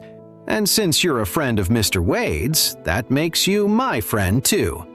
Please, you don't have to be so formal." With that, she gestured them warmly inside. "Mr. Wade, Miss Baxter, why don't we head in and talk? I'll have someone bring up some breakfast and we can chat while we eat." Clara said quickly, "Oh, please don't go to any trouble, Miss Luna." Luna's expression turned playfully serious. "If you keep being this polite, Miss Baxter, I might actually get offended. It'll make me think you don't see me as a friend." Clara couldn't help but smile. "No, of course not. It's an honor to be your friend, Miss Luna." Luna winked, her smile returning as she took Clara's arm. "Just call me Luna," she said. "No more Miss Luna." Treating Clara like a dear friend, she linked their arms and led them further into the suite. The presidential suite at the Four Seasons was over 4,300 square feet, absolutely massive and dripping with luxury. Luna guided them to the dining area. The moment they sat down, she turned to Clara, her eyes bright with excitement. "Miss Baxter, it's truly an honor to have you as a guest for my concert. As for the appearance fee," she added, "we're prepared to honor whatever your agency requests." Clara waved a hand dismissively. "The honor is all mine, really. I couldn't possibly charge you an appearance fee." "I get it, but you know how it is," Luna said with an understanding smile. "Sometimes, as artists, our hands are tied by the company. Some agencies won't let their talent do free guest spots for endorsements." Clara smiled. "You don't have to worry about that. My family's company owns my agency outright, so I have the final say on everything." Luna's eyes widened in pleasant surprise, her face lighting up. "That's fantastic! That makes things so much easier. We can set up this performance exactly how we want." To be honest, the typical guest spot always feels like just a break in the show. "Usually I'm just taking a breather backstage while the guest is on," Luna explained. "By the time they finish their set, I'm coming out for the second half of the show. We basically never interact on stage." Leaning in, Luna continued, "But I really want to do something more collaborative this time. Ideally, we could sing one of my songs together, then one of yours. You could do your solo set in between. What do you think?" A cheerful smile spread across Clara's face. "That's no problem for me. I can sing pretty much all of your songs." "I've been listening to your songs too," Luna said with a smile. "We're all musicians, so we can pick up new songs pretty fast." "The lyrics might be a little tricky though," Clara added. "That's okay. We can handle memorizing them. And don't forget, we'll have prompters on stage," Luna assured her. "I can even put phonetic guides on there for you, so you won't have any trouble with the lyrics." Charlie smiled. "Yes, that's a pretty standard trick. A lot of American pop stars even write out lyrics phonetically when they're singing in another language." As he spoke, a memory surfaced, and he grinned. "It reminds me of that meme that went viral a while back." Luna looked totally lost, but Clara burst out laughing. "Oh my God, you still remember that?" "It was huge back then," Charlie said with a nostalgic smile. Clara nodded, covering her mouth as she laughed. "It really was. A ton of singers in the States suddenly got serious about working on their pronunciation after that." Seeing Luna's confused face, Clara just smiled and said, "We'll show you later. Let's keep planning." Then she turned back to Luna. "So, how many songs should I do?" Luna smiled back. "Whatever you're comfortable with. Anywhere from 5 to 8 songs would be great. We just have to make sure the whole show doesn't run too long." "Let's do 5 then," Clara decided with a smile. "Any more and I'd be stealing the show," she joked. "Everyone's here to see you, after all. I don't want to take up too much of your stage time." "Okay, if you're doing 5 songs, I won't have to rush my breaks," Luna said. "So here's what I'm thinking. I'll introduce you first. You come out and we'll sing one of my songs together. After that, I'll head off stage for a quick break while you perform 3 of your own songs. For the finale, I'll come back out and we can sing one of your songs together. How does that sound?" "That works for me," Clara said, beaming. "That arrangement is perfect. Let's do it." Then she turned to Charlie. "Charlie, you're going to be backstage for the show, right?" "Of course," Charlie nodded with a small smile. "I'm the energy alignment consultant. I have to be on site." "Great," Clara said, her eyes lighting up. "Charlie, I just had the best idea. I have this one song about ancient assassins, and I need a masked assassin on stage with me. What do you say? You could come up and be my dance partner, completely masked." Charlie immediately backed away. "Wow, me? Dance? No way, I can't do that. You should get a professional." "It's not really dancing," Clara said earnestly. "It's all for the stage effect." She leaned in. "Besides, the role doesn't have any choreography. It's all martial arts." Her gaze was intense. "You're so skilled, Charlie. A few of your professional moves would look incredible. Other than that, you just have to come up and interact with me at a couple key moments. The rest of the time, you just get to look cool on stage." Charlie shook his head, unconvinced. "I'm not a professional performer, Clara. What if I mess up? It'll be embarrassing for you." Clara grabbed his arm, her voice softening. "Charlie, it won't be embarrassing. Besides, you're so good at everything, there's no way you'll do badly. And there's a part with stunt wires. You'd wear a black tactical suit, a mask, hold a long sword, and fly across the stage on wires. It's going to look so cool." She gave his arm a little shake. "You don't even have to show your face. The mask covers everything, so no one will even know it's you." Luna's eyes lit up. "Wait, are you talking about your song, Assassin?" she asked. "I love that one. What if we sang it together and had Charlie be the assassin for both of us?" It never even crossed Charlie's mind that the two women wanted to dance with him. Him? Dancing with them? No way. But before he could refuse, Clara was already clinging to his arm. "Charlie, please say yes," she begged. "It's not really dancing," she clarified quickly. "It's more like some martial arts moves and stunt work. We'll be in full gear, you won't even show your face, and you'll have a special Kevlar vest and everything. Most people would kill for a chance to see you perform." Luna knew she didn't have the right to act like a spoiled kid around Charlie, but she couldn't stop the hopeful note from creeping into her voice. "Mr. Wade, Clara and I are singing a duet. If you could join us on stage, it would be a memory we'd cherish forever." "Yes, Charlie." Clara looked at him, her eyes wide. "You already said no to what I asked in the car. You can't turn me down again, can you?" Seeing her crestfallen expression, Charlie felt a pang of guilt.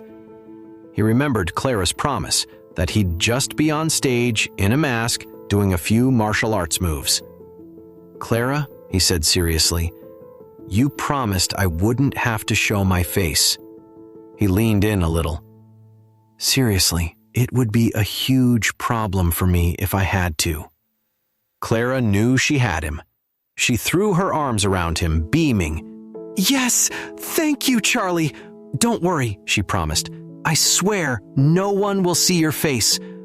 But," she added, "we do need to choreograph the moves, so I'll need you to work with me on that." Relief washed over Charlie. As long as he didn't have to show his face, he could handle it. He had no problem pulling off a few martial arts moves. But Luna was a superstar. If he showed his face at her concert, it could blow his cover for good. Figuring he was cornered, he sighed and nodded. "Fine, I'll do it. Just let me know the choreography ahead of time. I'll do my best to keep up." "Okay," Clara was ecstatic. "I need to go talk to the choreographer about the specifics." "Don't worry," she added. "It won't be anything too complicated." Charlie gave a slight nod. "Okay, whatever you have planned is fine. So, I'm on for the last song, right? That's right, Clara said. It's actually one of my favorite songs. The lyrics are about this woman from a long time ago who falls in love with a vigilante hitman. He's about to go assassinate this corrupt political boss, and the song is about their difficult goodbye. Charlie cracked a smile. Let me guess. This is about Bruce Wayne, isn't it? No, Clara laughed. It's just a fictional story. He takes out the corrupt boss and comes back to her in the end. It's a happy ending. All right, fine, Charlie said, surrendering. I'm in. Just tell me what to do. Okay. Thrilled, Clara turned to Luna.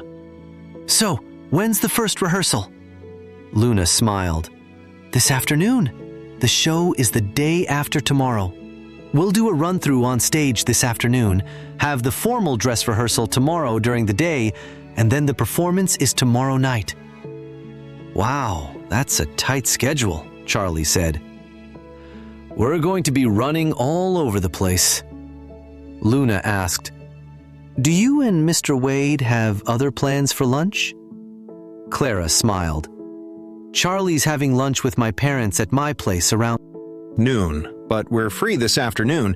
The only thing is, we have a family dinner at his house tonight, so our time this afternoon might be a little tight. Luna assured them, That's no problem at all. Luna smiled and said, You two are busy around noon, so just head over in the afternoon. We can get our scenes together done first, and then you can get back to your other work. Clara nodded. Okay, then we'll come over after lunch. Luna looked over at Charlie with a smile. Mr. Wade, you really have to find some time to listen to the song Assassin. I listened to it with a translation, and the lyrics are just so moving. Charlie wasn't much of a music guy. He almost never went out of his way to find new songs to listen to. As for concerts, he'd only ever been to 2 in his life, and the performers were the 2 women standing right in front of him, Luna and Clara.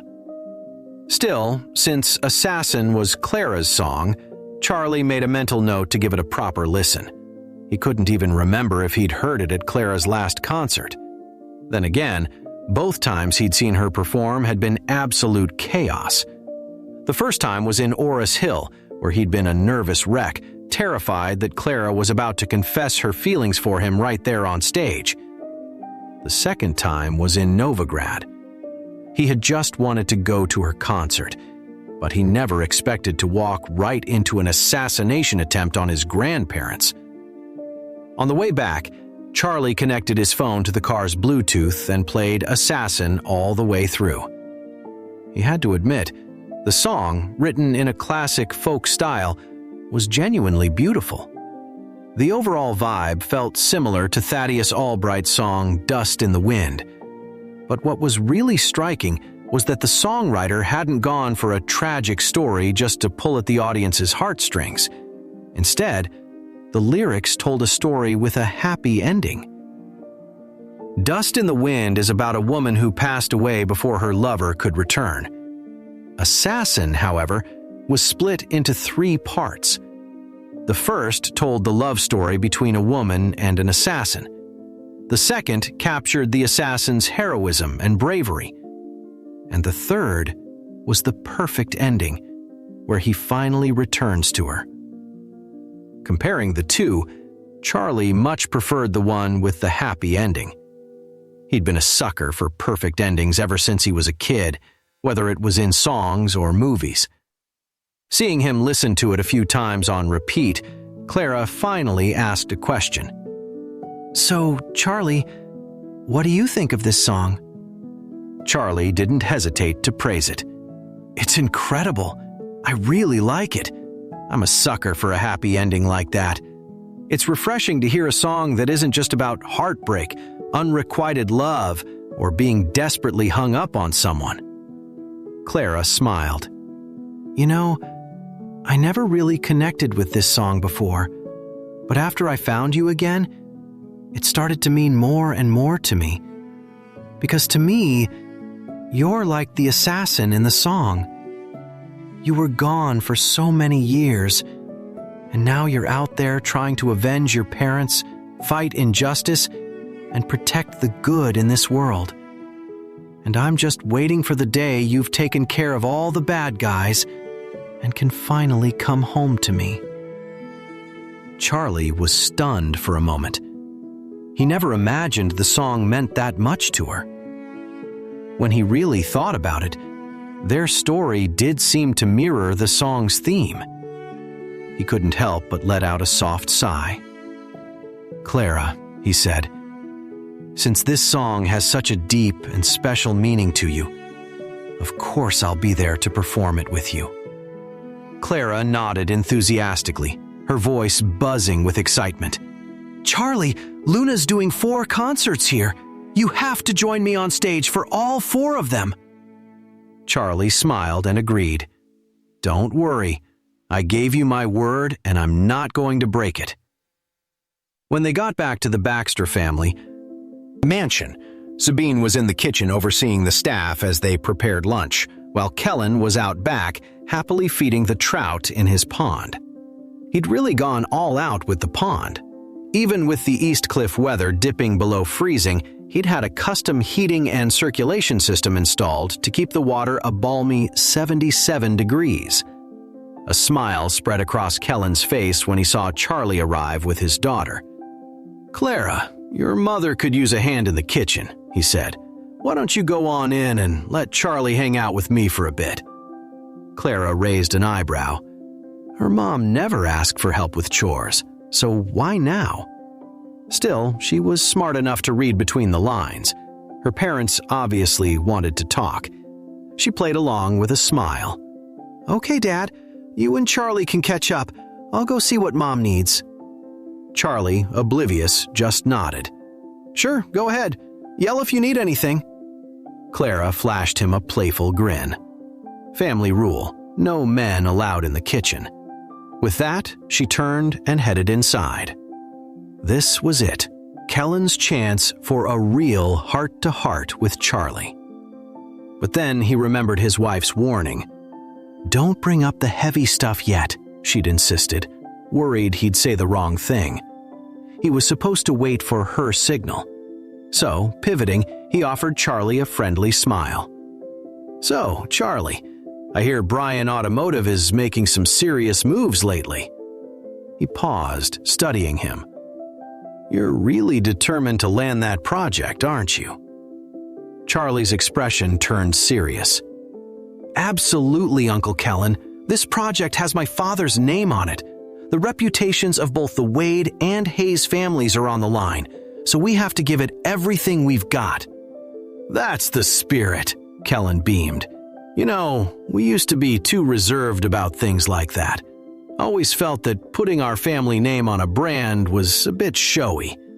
But the way I see it now, it's a chance to build a legacy.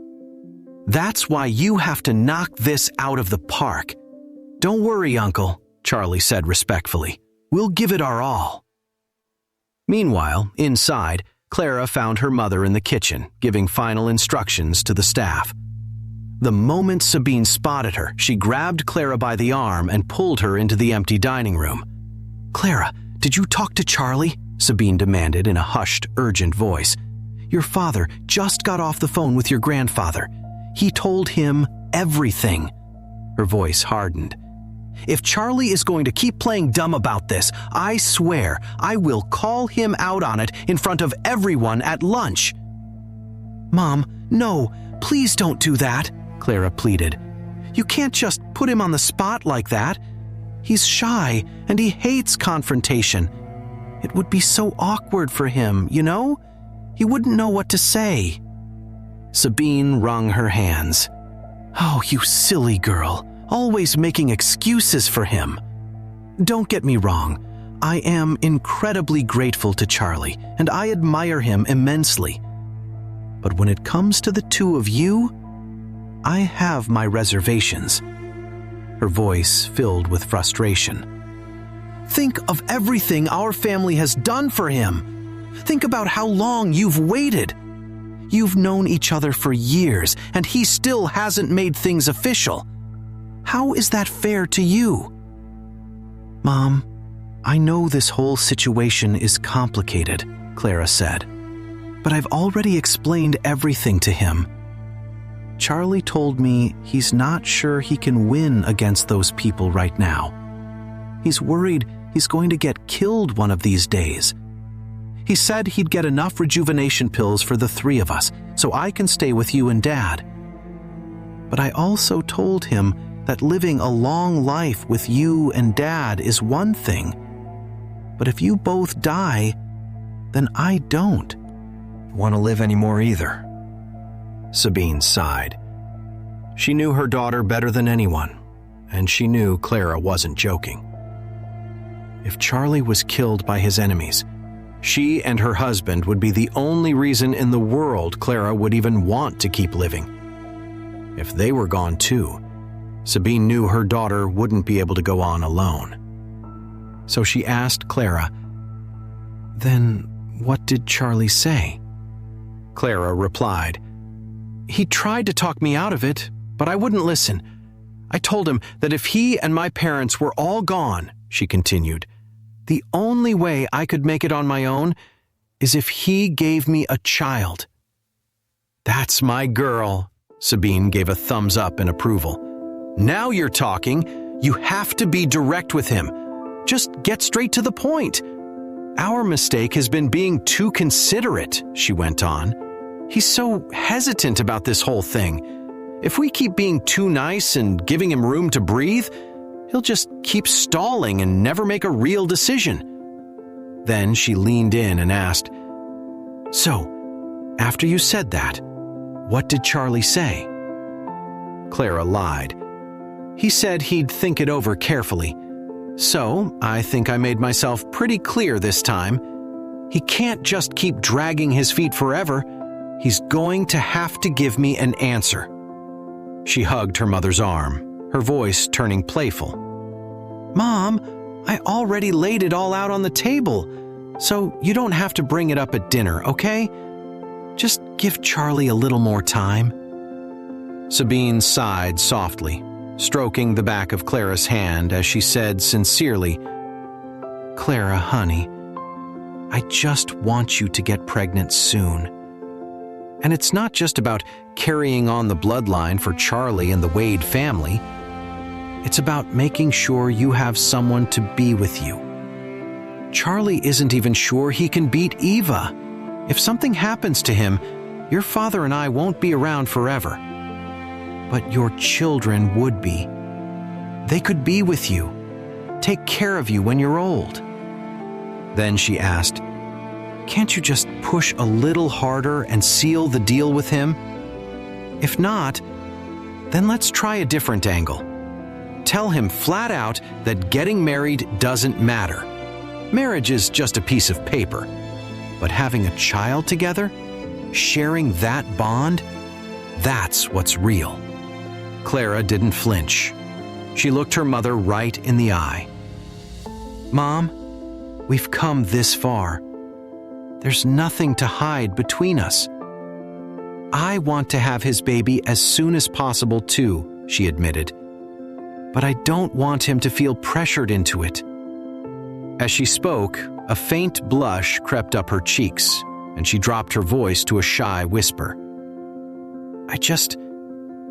I want the moment he finally says yes to be because he really loves me. I want him to give me a child out of love," she whispered. "Not just because he feels obligated or needs to carry on the family name." Sabine sighed, a worried look on her face. "Clara, Charlie is so much like his father. He looks just like him, and he has the exact same personality. I'm just so afraid he'll handle relationships the same way his father did. To be blunt, I'm afraid he's going to keep rejecting you." Clara gave a bitter smile. "If he still says no in the end, then I don't have a choice. I can only pray for him, hope that he stays out of danger and lives a happy life." Hearing that, Sabine's eyes welled with tears at the thought of her daughter ending up all alone. She squeezed Clara's hand, her voice thick with emotion as she sighed. I just wish your Aunt Celine was still here. She loved you so much. She would have just made the decision for you. Clara's memory of Celine was fuzzy. She was just a little kid after all when Charlie had to leave Eastcliff. She couldn't help but murmur, Mom, I can't really picture Aunt Celine's face. Did she even like me when I was little? Sabine smiled warmly. Your aunt loved you more than anything. She was right there with me in the hospital the day you were born. She was the second person to ever hold you. Really? Clara's eyes widened. So, who came up with the idea for me and Charlie to get engaged? You've never told me that part. Sabine let out a small sigh. The engagement was your Aunt Celine's idea. Back then, the Wades were one of the most powerful families in the country. Your father and I, well, your Uncle Brian and Aunt Celine, always looked out for us. Honestly, we always felt like the Wades were completely out of our league. We were just so honored they treated us like family. We never would have dared to even think about you marrying into their family, Sabine admitted. Then why would Aunt Celine suggest it? Clara asked, surprised. Sabine's smile returned. Because she adored you. She said you were the perfect choice for a daughter-in-law. A thrill shot through Clara. She knew Charlie had way too many other women circling him, but she was the only one who had his mother's official approval. That set her apart. That made her different. Her only regret was that Charlie's mother had died so young. Just as her mom said, if she were still alive, she would have put her foot down. She wouldn't have let Clara just be left out in the cold like this. But as the mother and daughter sighed over what could have been, they never dreamed that Celine was, in fact, still alive. For a while, she'd been living just a stone's throw away at a secluded retreat in a mountain. Even now, living on Mount Shasta, she was only a little over 1,000 miles from Eastcliff. At that very moment, Celine was pressing incense powder in the secluded mountain retreat. Once it was molded, she lit it with a scented candle. As the green smoke spiraled slowly upwards, she leaned in, inhaling its fragrance. She closed her eyes, a rare sense of peace settling over her. Delilah approached her side, speaking respectfully. Ma'am, young Master Wade is having lunch at the Baxters at noon. Amanda is doing the grocery shopping herself. It also looks like the Wade family is having a family dinner tonight. Celine opened her eyes, gave a slight nod, and smiled. So, they're planning to corner him together. Delilah spoke up. It'll probably be a while before Stephen reaches the United States by sea. There's no need to rush, Celine said calmly.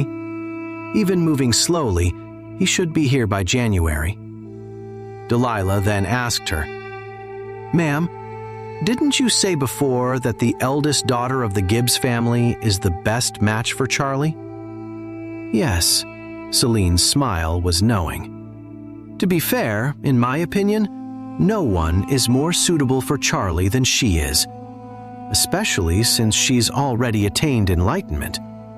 She will be a great help to him in the future. Delilah asked, And what are your thoughts on Miss Baxter?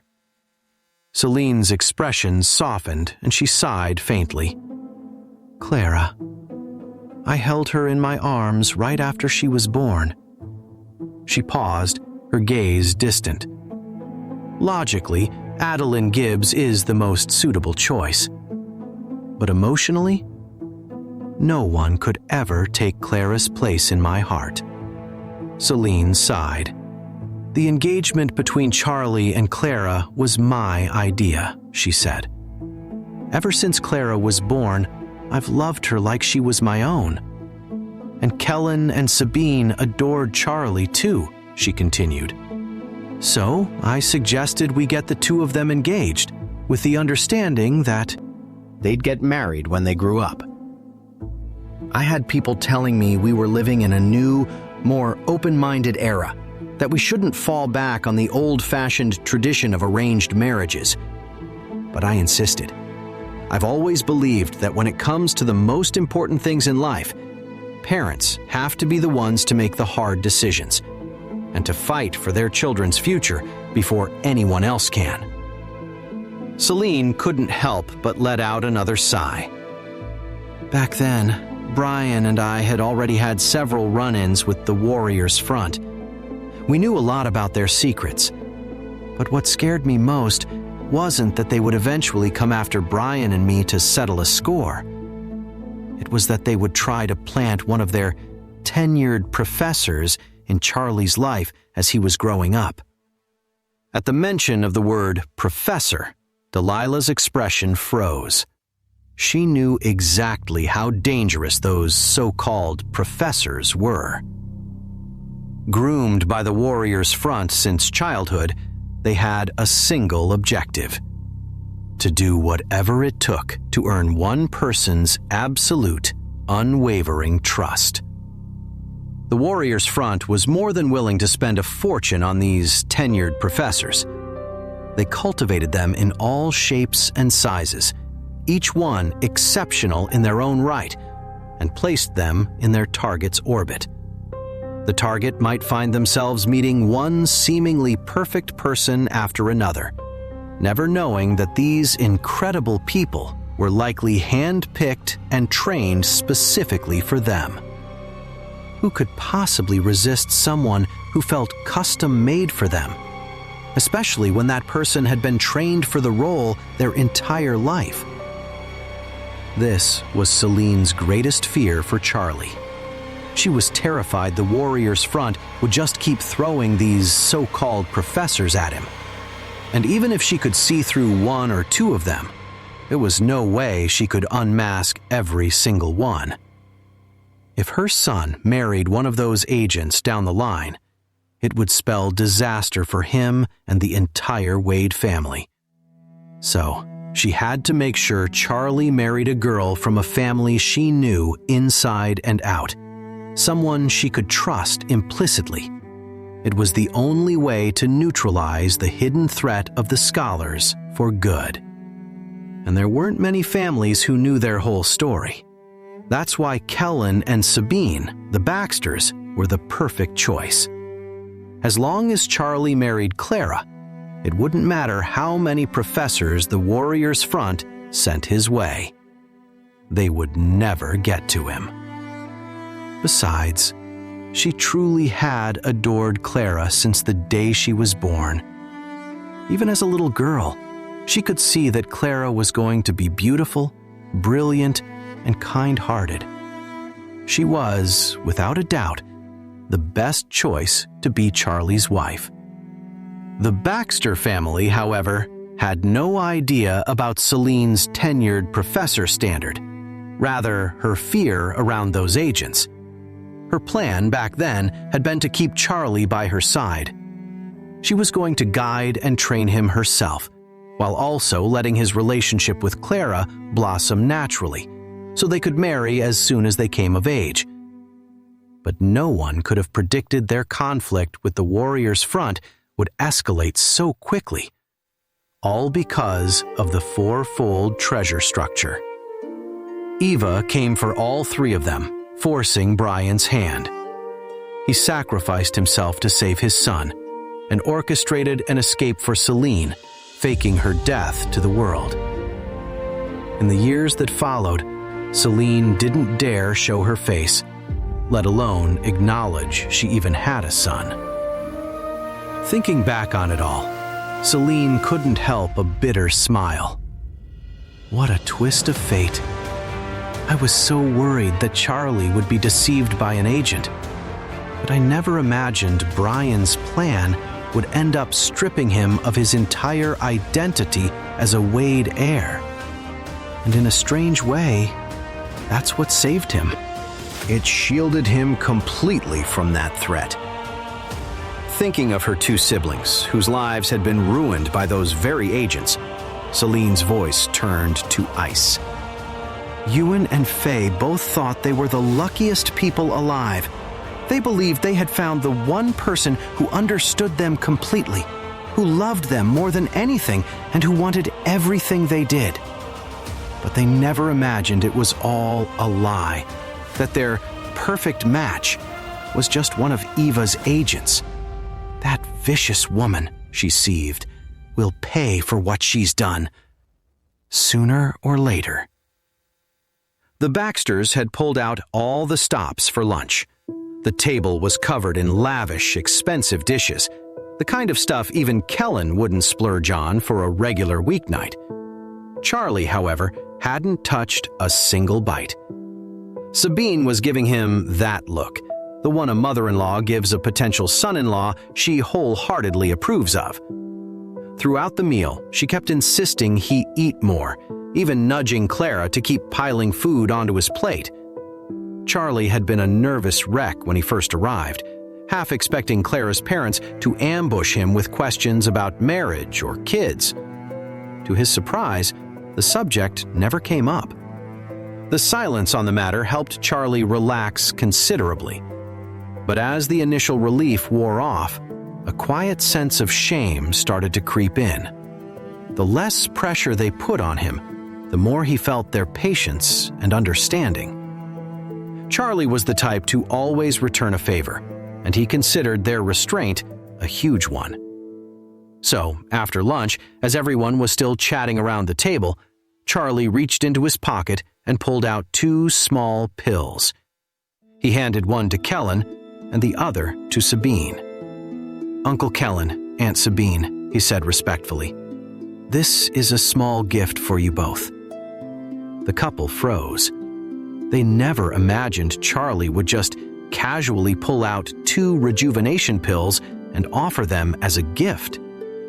They knew a single pill had recently been auctioned for an astronomical sum. The value of 2 was easily more than 10 times the Baxter family's entire net worth. Kellen was the first to snap out of it, quickly shaking his head. "Charlie, we absolutely can't accept this. These pills are priceless," he insisted, "and they're a huge part of your income. How could we possibly take something so valuable from you?"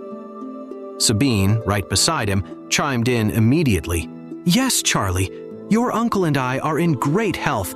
We don't have any illnesses or aches and pains.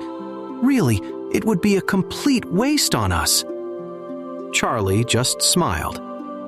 "There's a reason they're called rejuvenation pills," he said gently.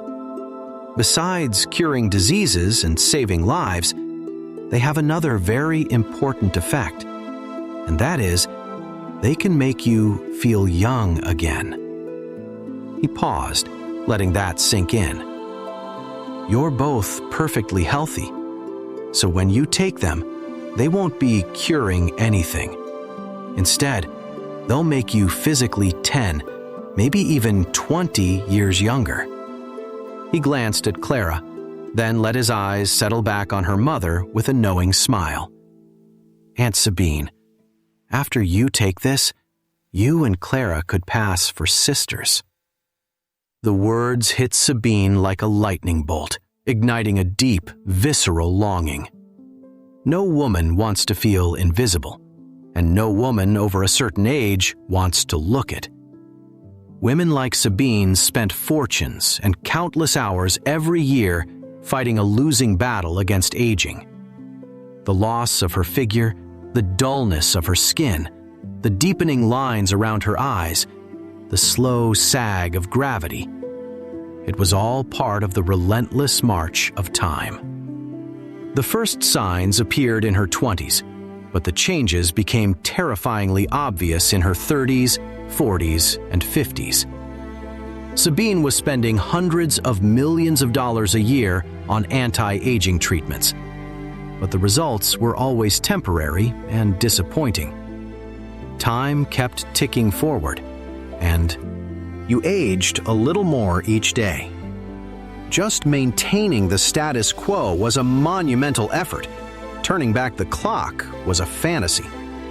Even when you tried to force it with cosmetic procedures, the effects were often fleeting and came with permanent, unwanted side effects. Everyone has seen what happens when plastic surgery goes too far. That unnatural, botched look.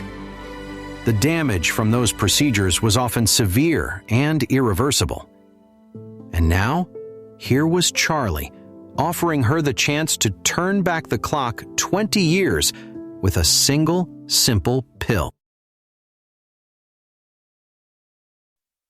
Charlie's rejuvenation pill was the best beauty treatment in the world, hands down. Nothing else even came close. But when Sabine remembered that a single pill was worth hundreds of billions, she couldn't even let herself hope for one. It was just too expensive. So expensive that it felt greedy just to want it. Kellen finally spoke up. "Charlie, I'm forever grateful that you saved my life. How can we possibly accept something this incredible from you now? You should keep these. I'm sure you'll have a use for them down the road." Charlie shook his head, his tone serious. "Uncle, the only reason those pills sell for so much is their scarcity. When there's only one up for auction, of course the price is going to skyrocket." He paused. "But if I were to put 10 or even 20 up for sale, the value would plummet. Once they're not so rare, people won't fight over them." At this, Charlie offered a small smile. "For me, these pills aren't some finite resource. I can always make more if I need to. And honestly, I don't have any use for them right now. So please, don't be so formal about this. Just take them." Kellen waved his hands dismissively. "I can't, Charlie. I just can't. You've already done more than enough for our family. There's no way we can accept something this valuable." "Uncle Kellen," Charlie said, his expression firm, "if you keep talking like that, you're treating me like a stranger. In my heart, you and Aunt Sabine are like my own parents. These aren't just a gift. This is me showing my respect, as a son would. It's about taking care of family. You can't refuse that, can you?" Clara, on the other hand, was practically buzzing with excitement. Her parents were stuck feeling like they owed Charlie, too embarrassed to accept another priceless gift. But Clara? She already considered herself his. And if she was his, what was there to be so polite about? Besides, as their daughter, all she wanted was for them to be healthy and stay young. How could she let them pass up an opportunity like this? With that, she chimed in. "Dad, Mom, this is a gift from Charlie's heart. Why don't you just accept it and thank him? What's all the formality for?"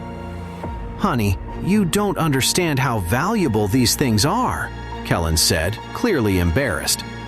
"We can't accept them just because we want to." Clara stood up abruptly. She took the 2 pills, placed one in each of her parents' hands, and fixed them with a look so serious it left no room for debate.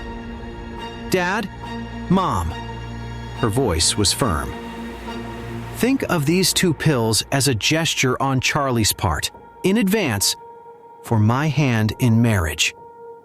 She let that sink in. "If you won't even accept this, then how can you ever let your daughter marry him?" The moment Clara called the rejuvenation pill an engagement gift, her parents were stunned. Charlie, meanwhile, just felt incredibly awkward.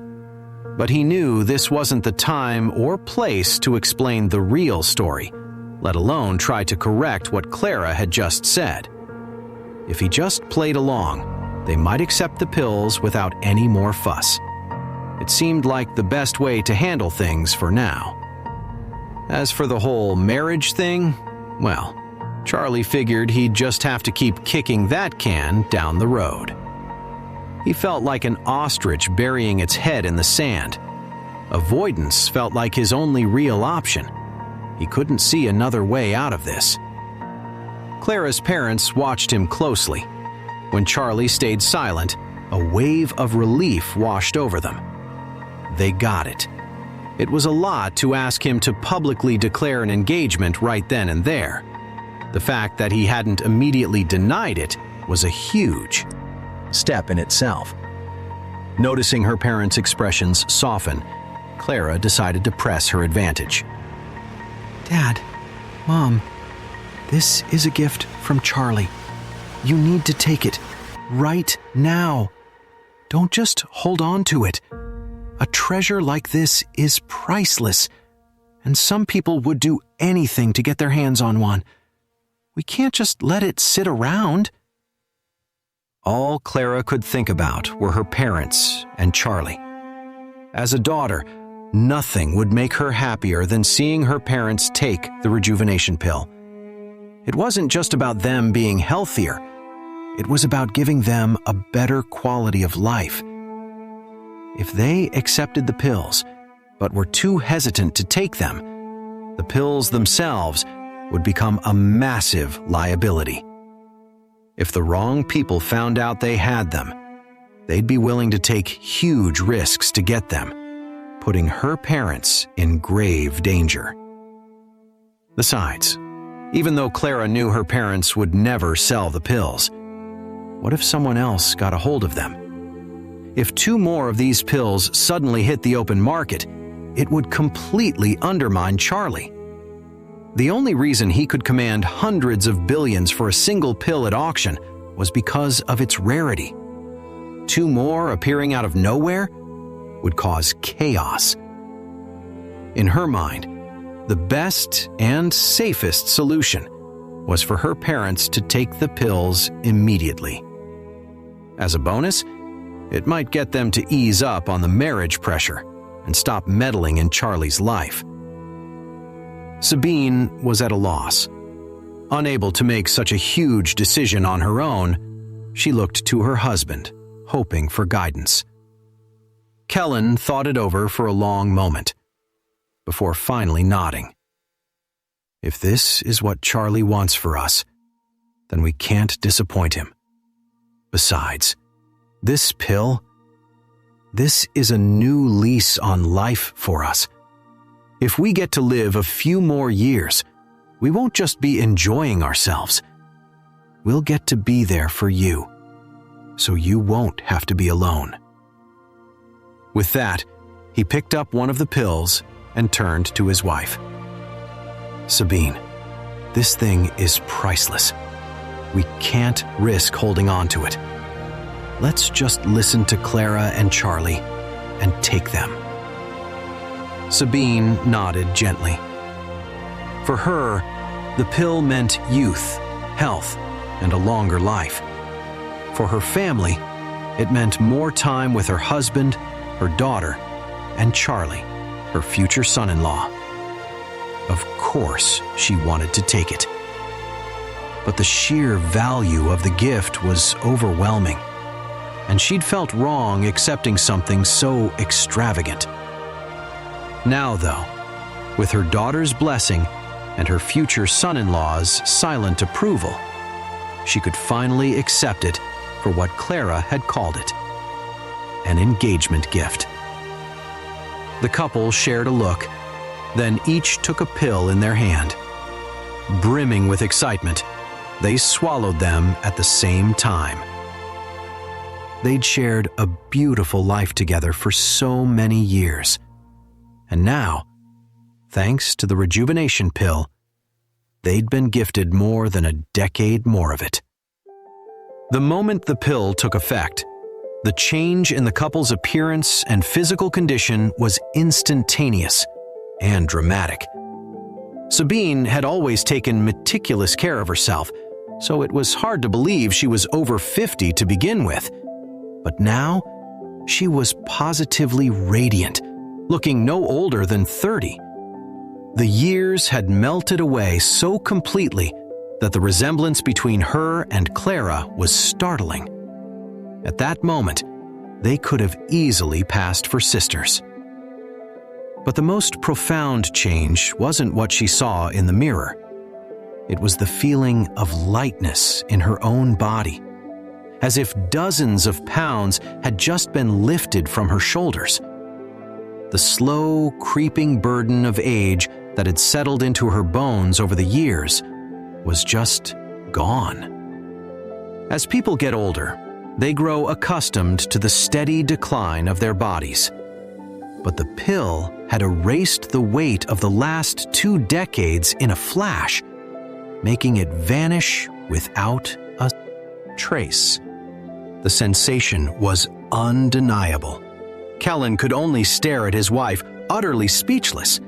He had no idea that he himself now looked like a man barely in his 30s. They were both stunned by the impossible change in each other, a wave of nostalgia washing over them, taking them back to the days when they first fell in love, when they were just starting their family. Sabine looked at her husband, tears welling in her eyes. Her voice was thick with emotion as she said, "Honey, you look so young. It's like we're back when Clara was just a baby." Kellen was just as moved. "Honey, you too," he said, his voice choked up. "You don't look like Clara's mother anymore. You look like her sister." Sabine touched her own smooth, firm face, her eyes wide with amazement. "Have I really changed that much? What am I going to tell people when I run into friends? What do I say?" Kellen smiled. "Just say we're trying out a new cosmetic product. Something high-end that's still under an NDA and not on the market yet." Sabine couldn't help but press. "You really think anyone will believe that? What if they ask to try it, or demand a contact?" Kellen just shrugged. "Whether they believe it or not is their problem. We're at an age where we should be living for ourselves and our family. Who cares what anyone else thinks?" Sabine's face softened, a relieved smile spreading across her lips. "You always have a way of cutting right to it." Kellen turned his gaze to Charlie and sighed. "Charlie, a simple thank you feels like an insult for a gift like this. I won't offer you empty words, son." Charlie just nodded and smiled warmly. "Uncle Kellen, you don't have to be so formal." Clara, standing beside them, chimed in. "Exactly, we're family. No need for all that." Kellen's expression then shifted to one of concern. "Charlie, if your grandfather asks about this, what should I say?" Kellen knew that Dorian, Charlie's grandfather, desperately wanted a rejuvenation pill, and despite their relationship, Charlie had never given him one. He figured Charlie must still hold a grudge against the old man. Even if he'd let most of it go over the last couple of years, it was clear some resentment still lingered.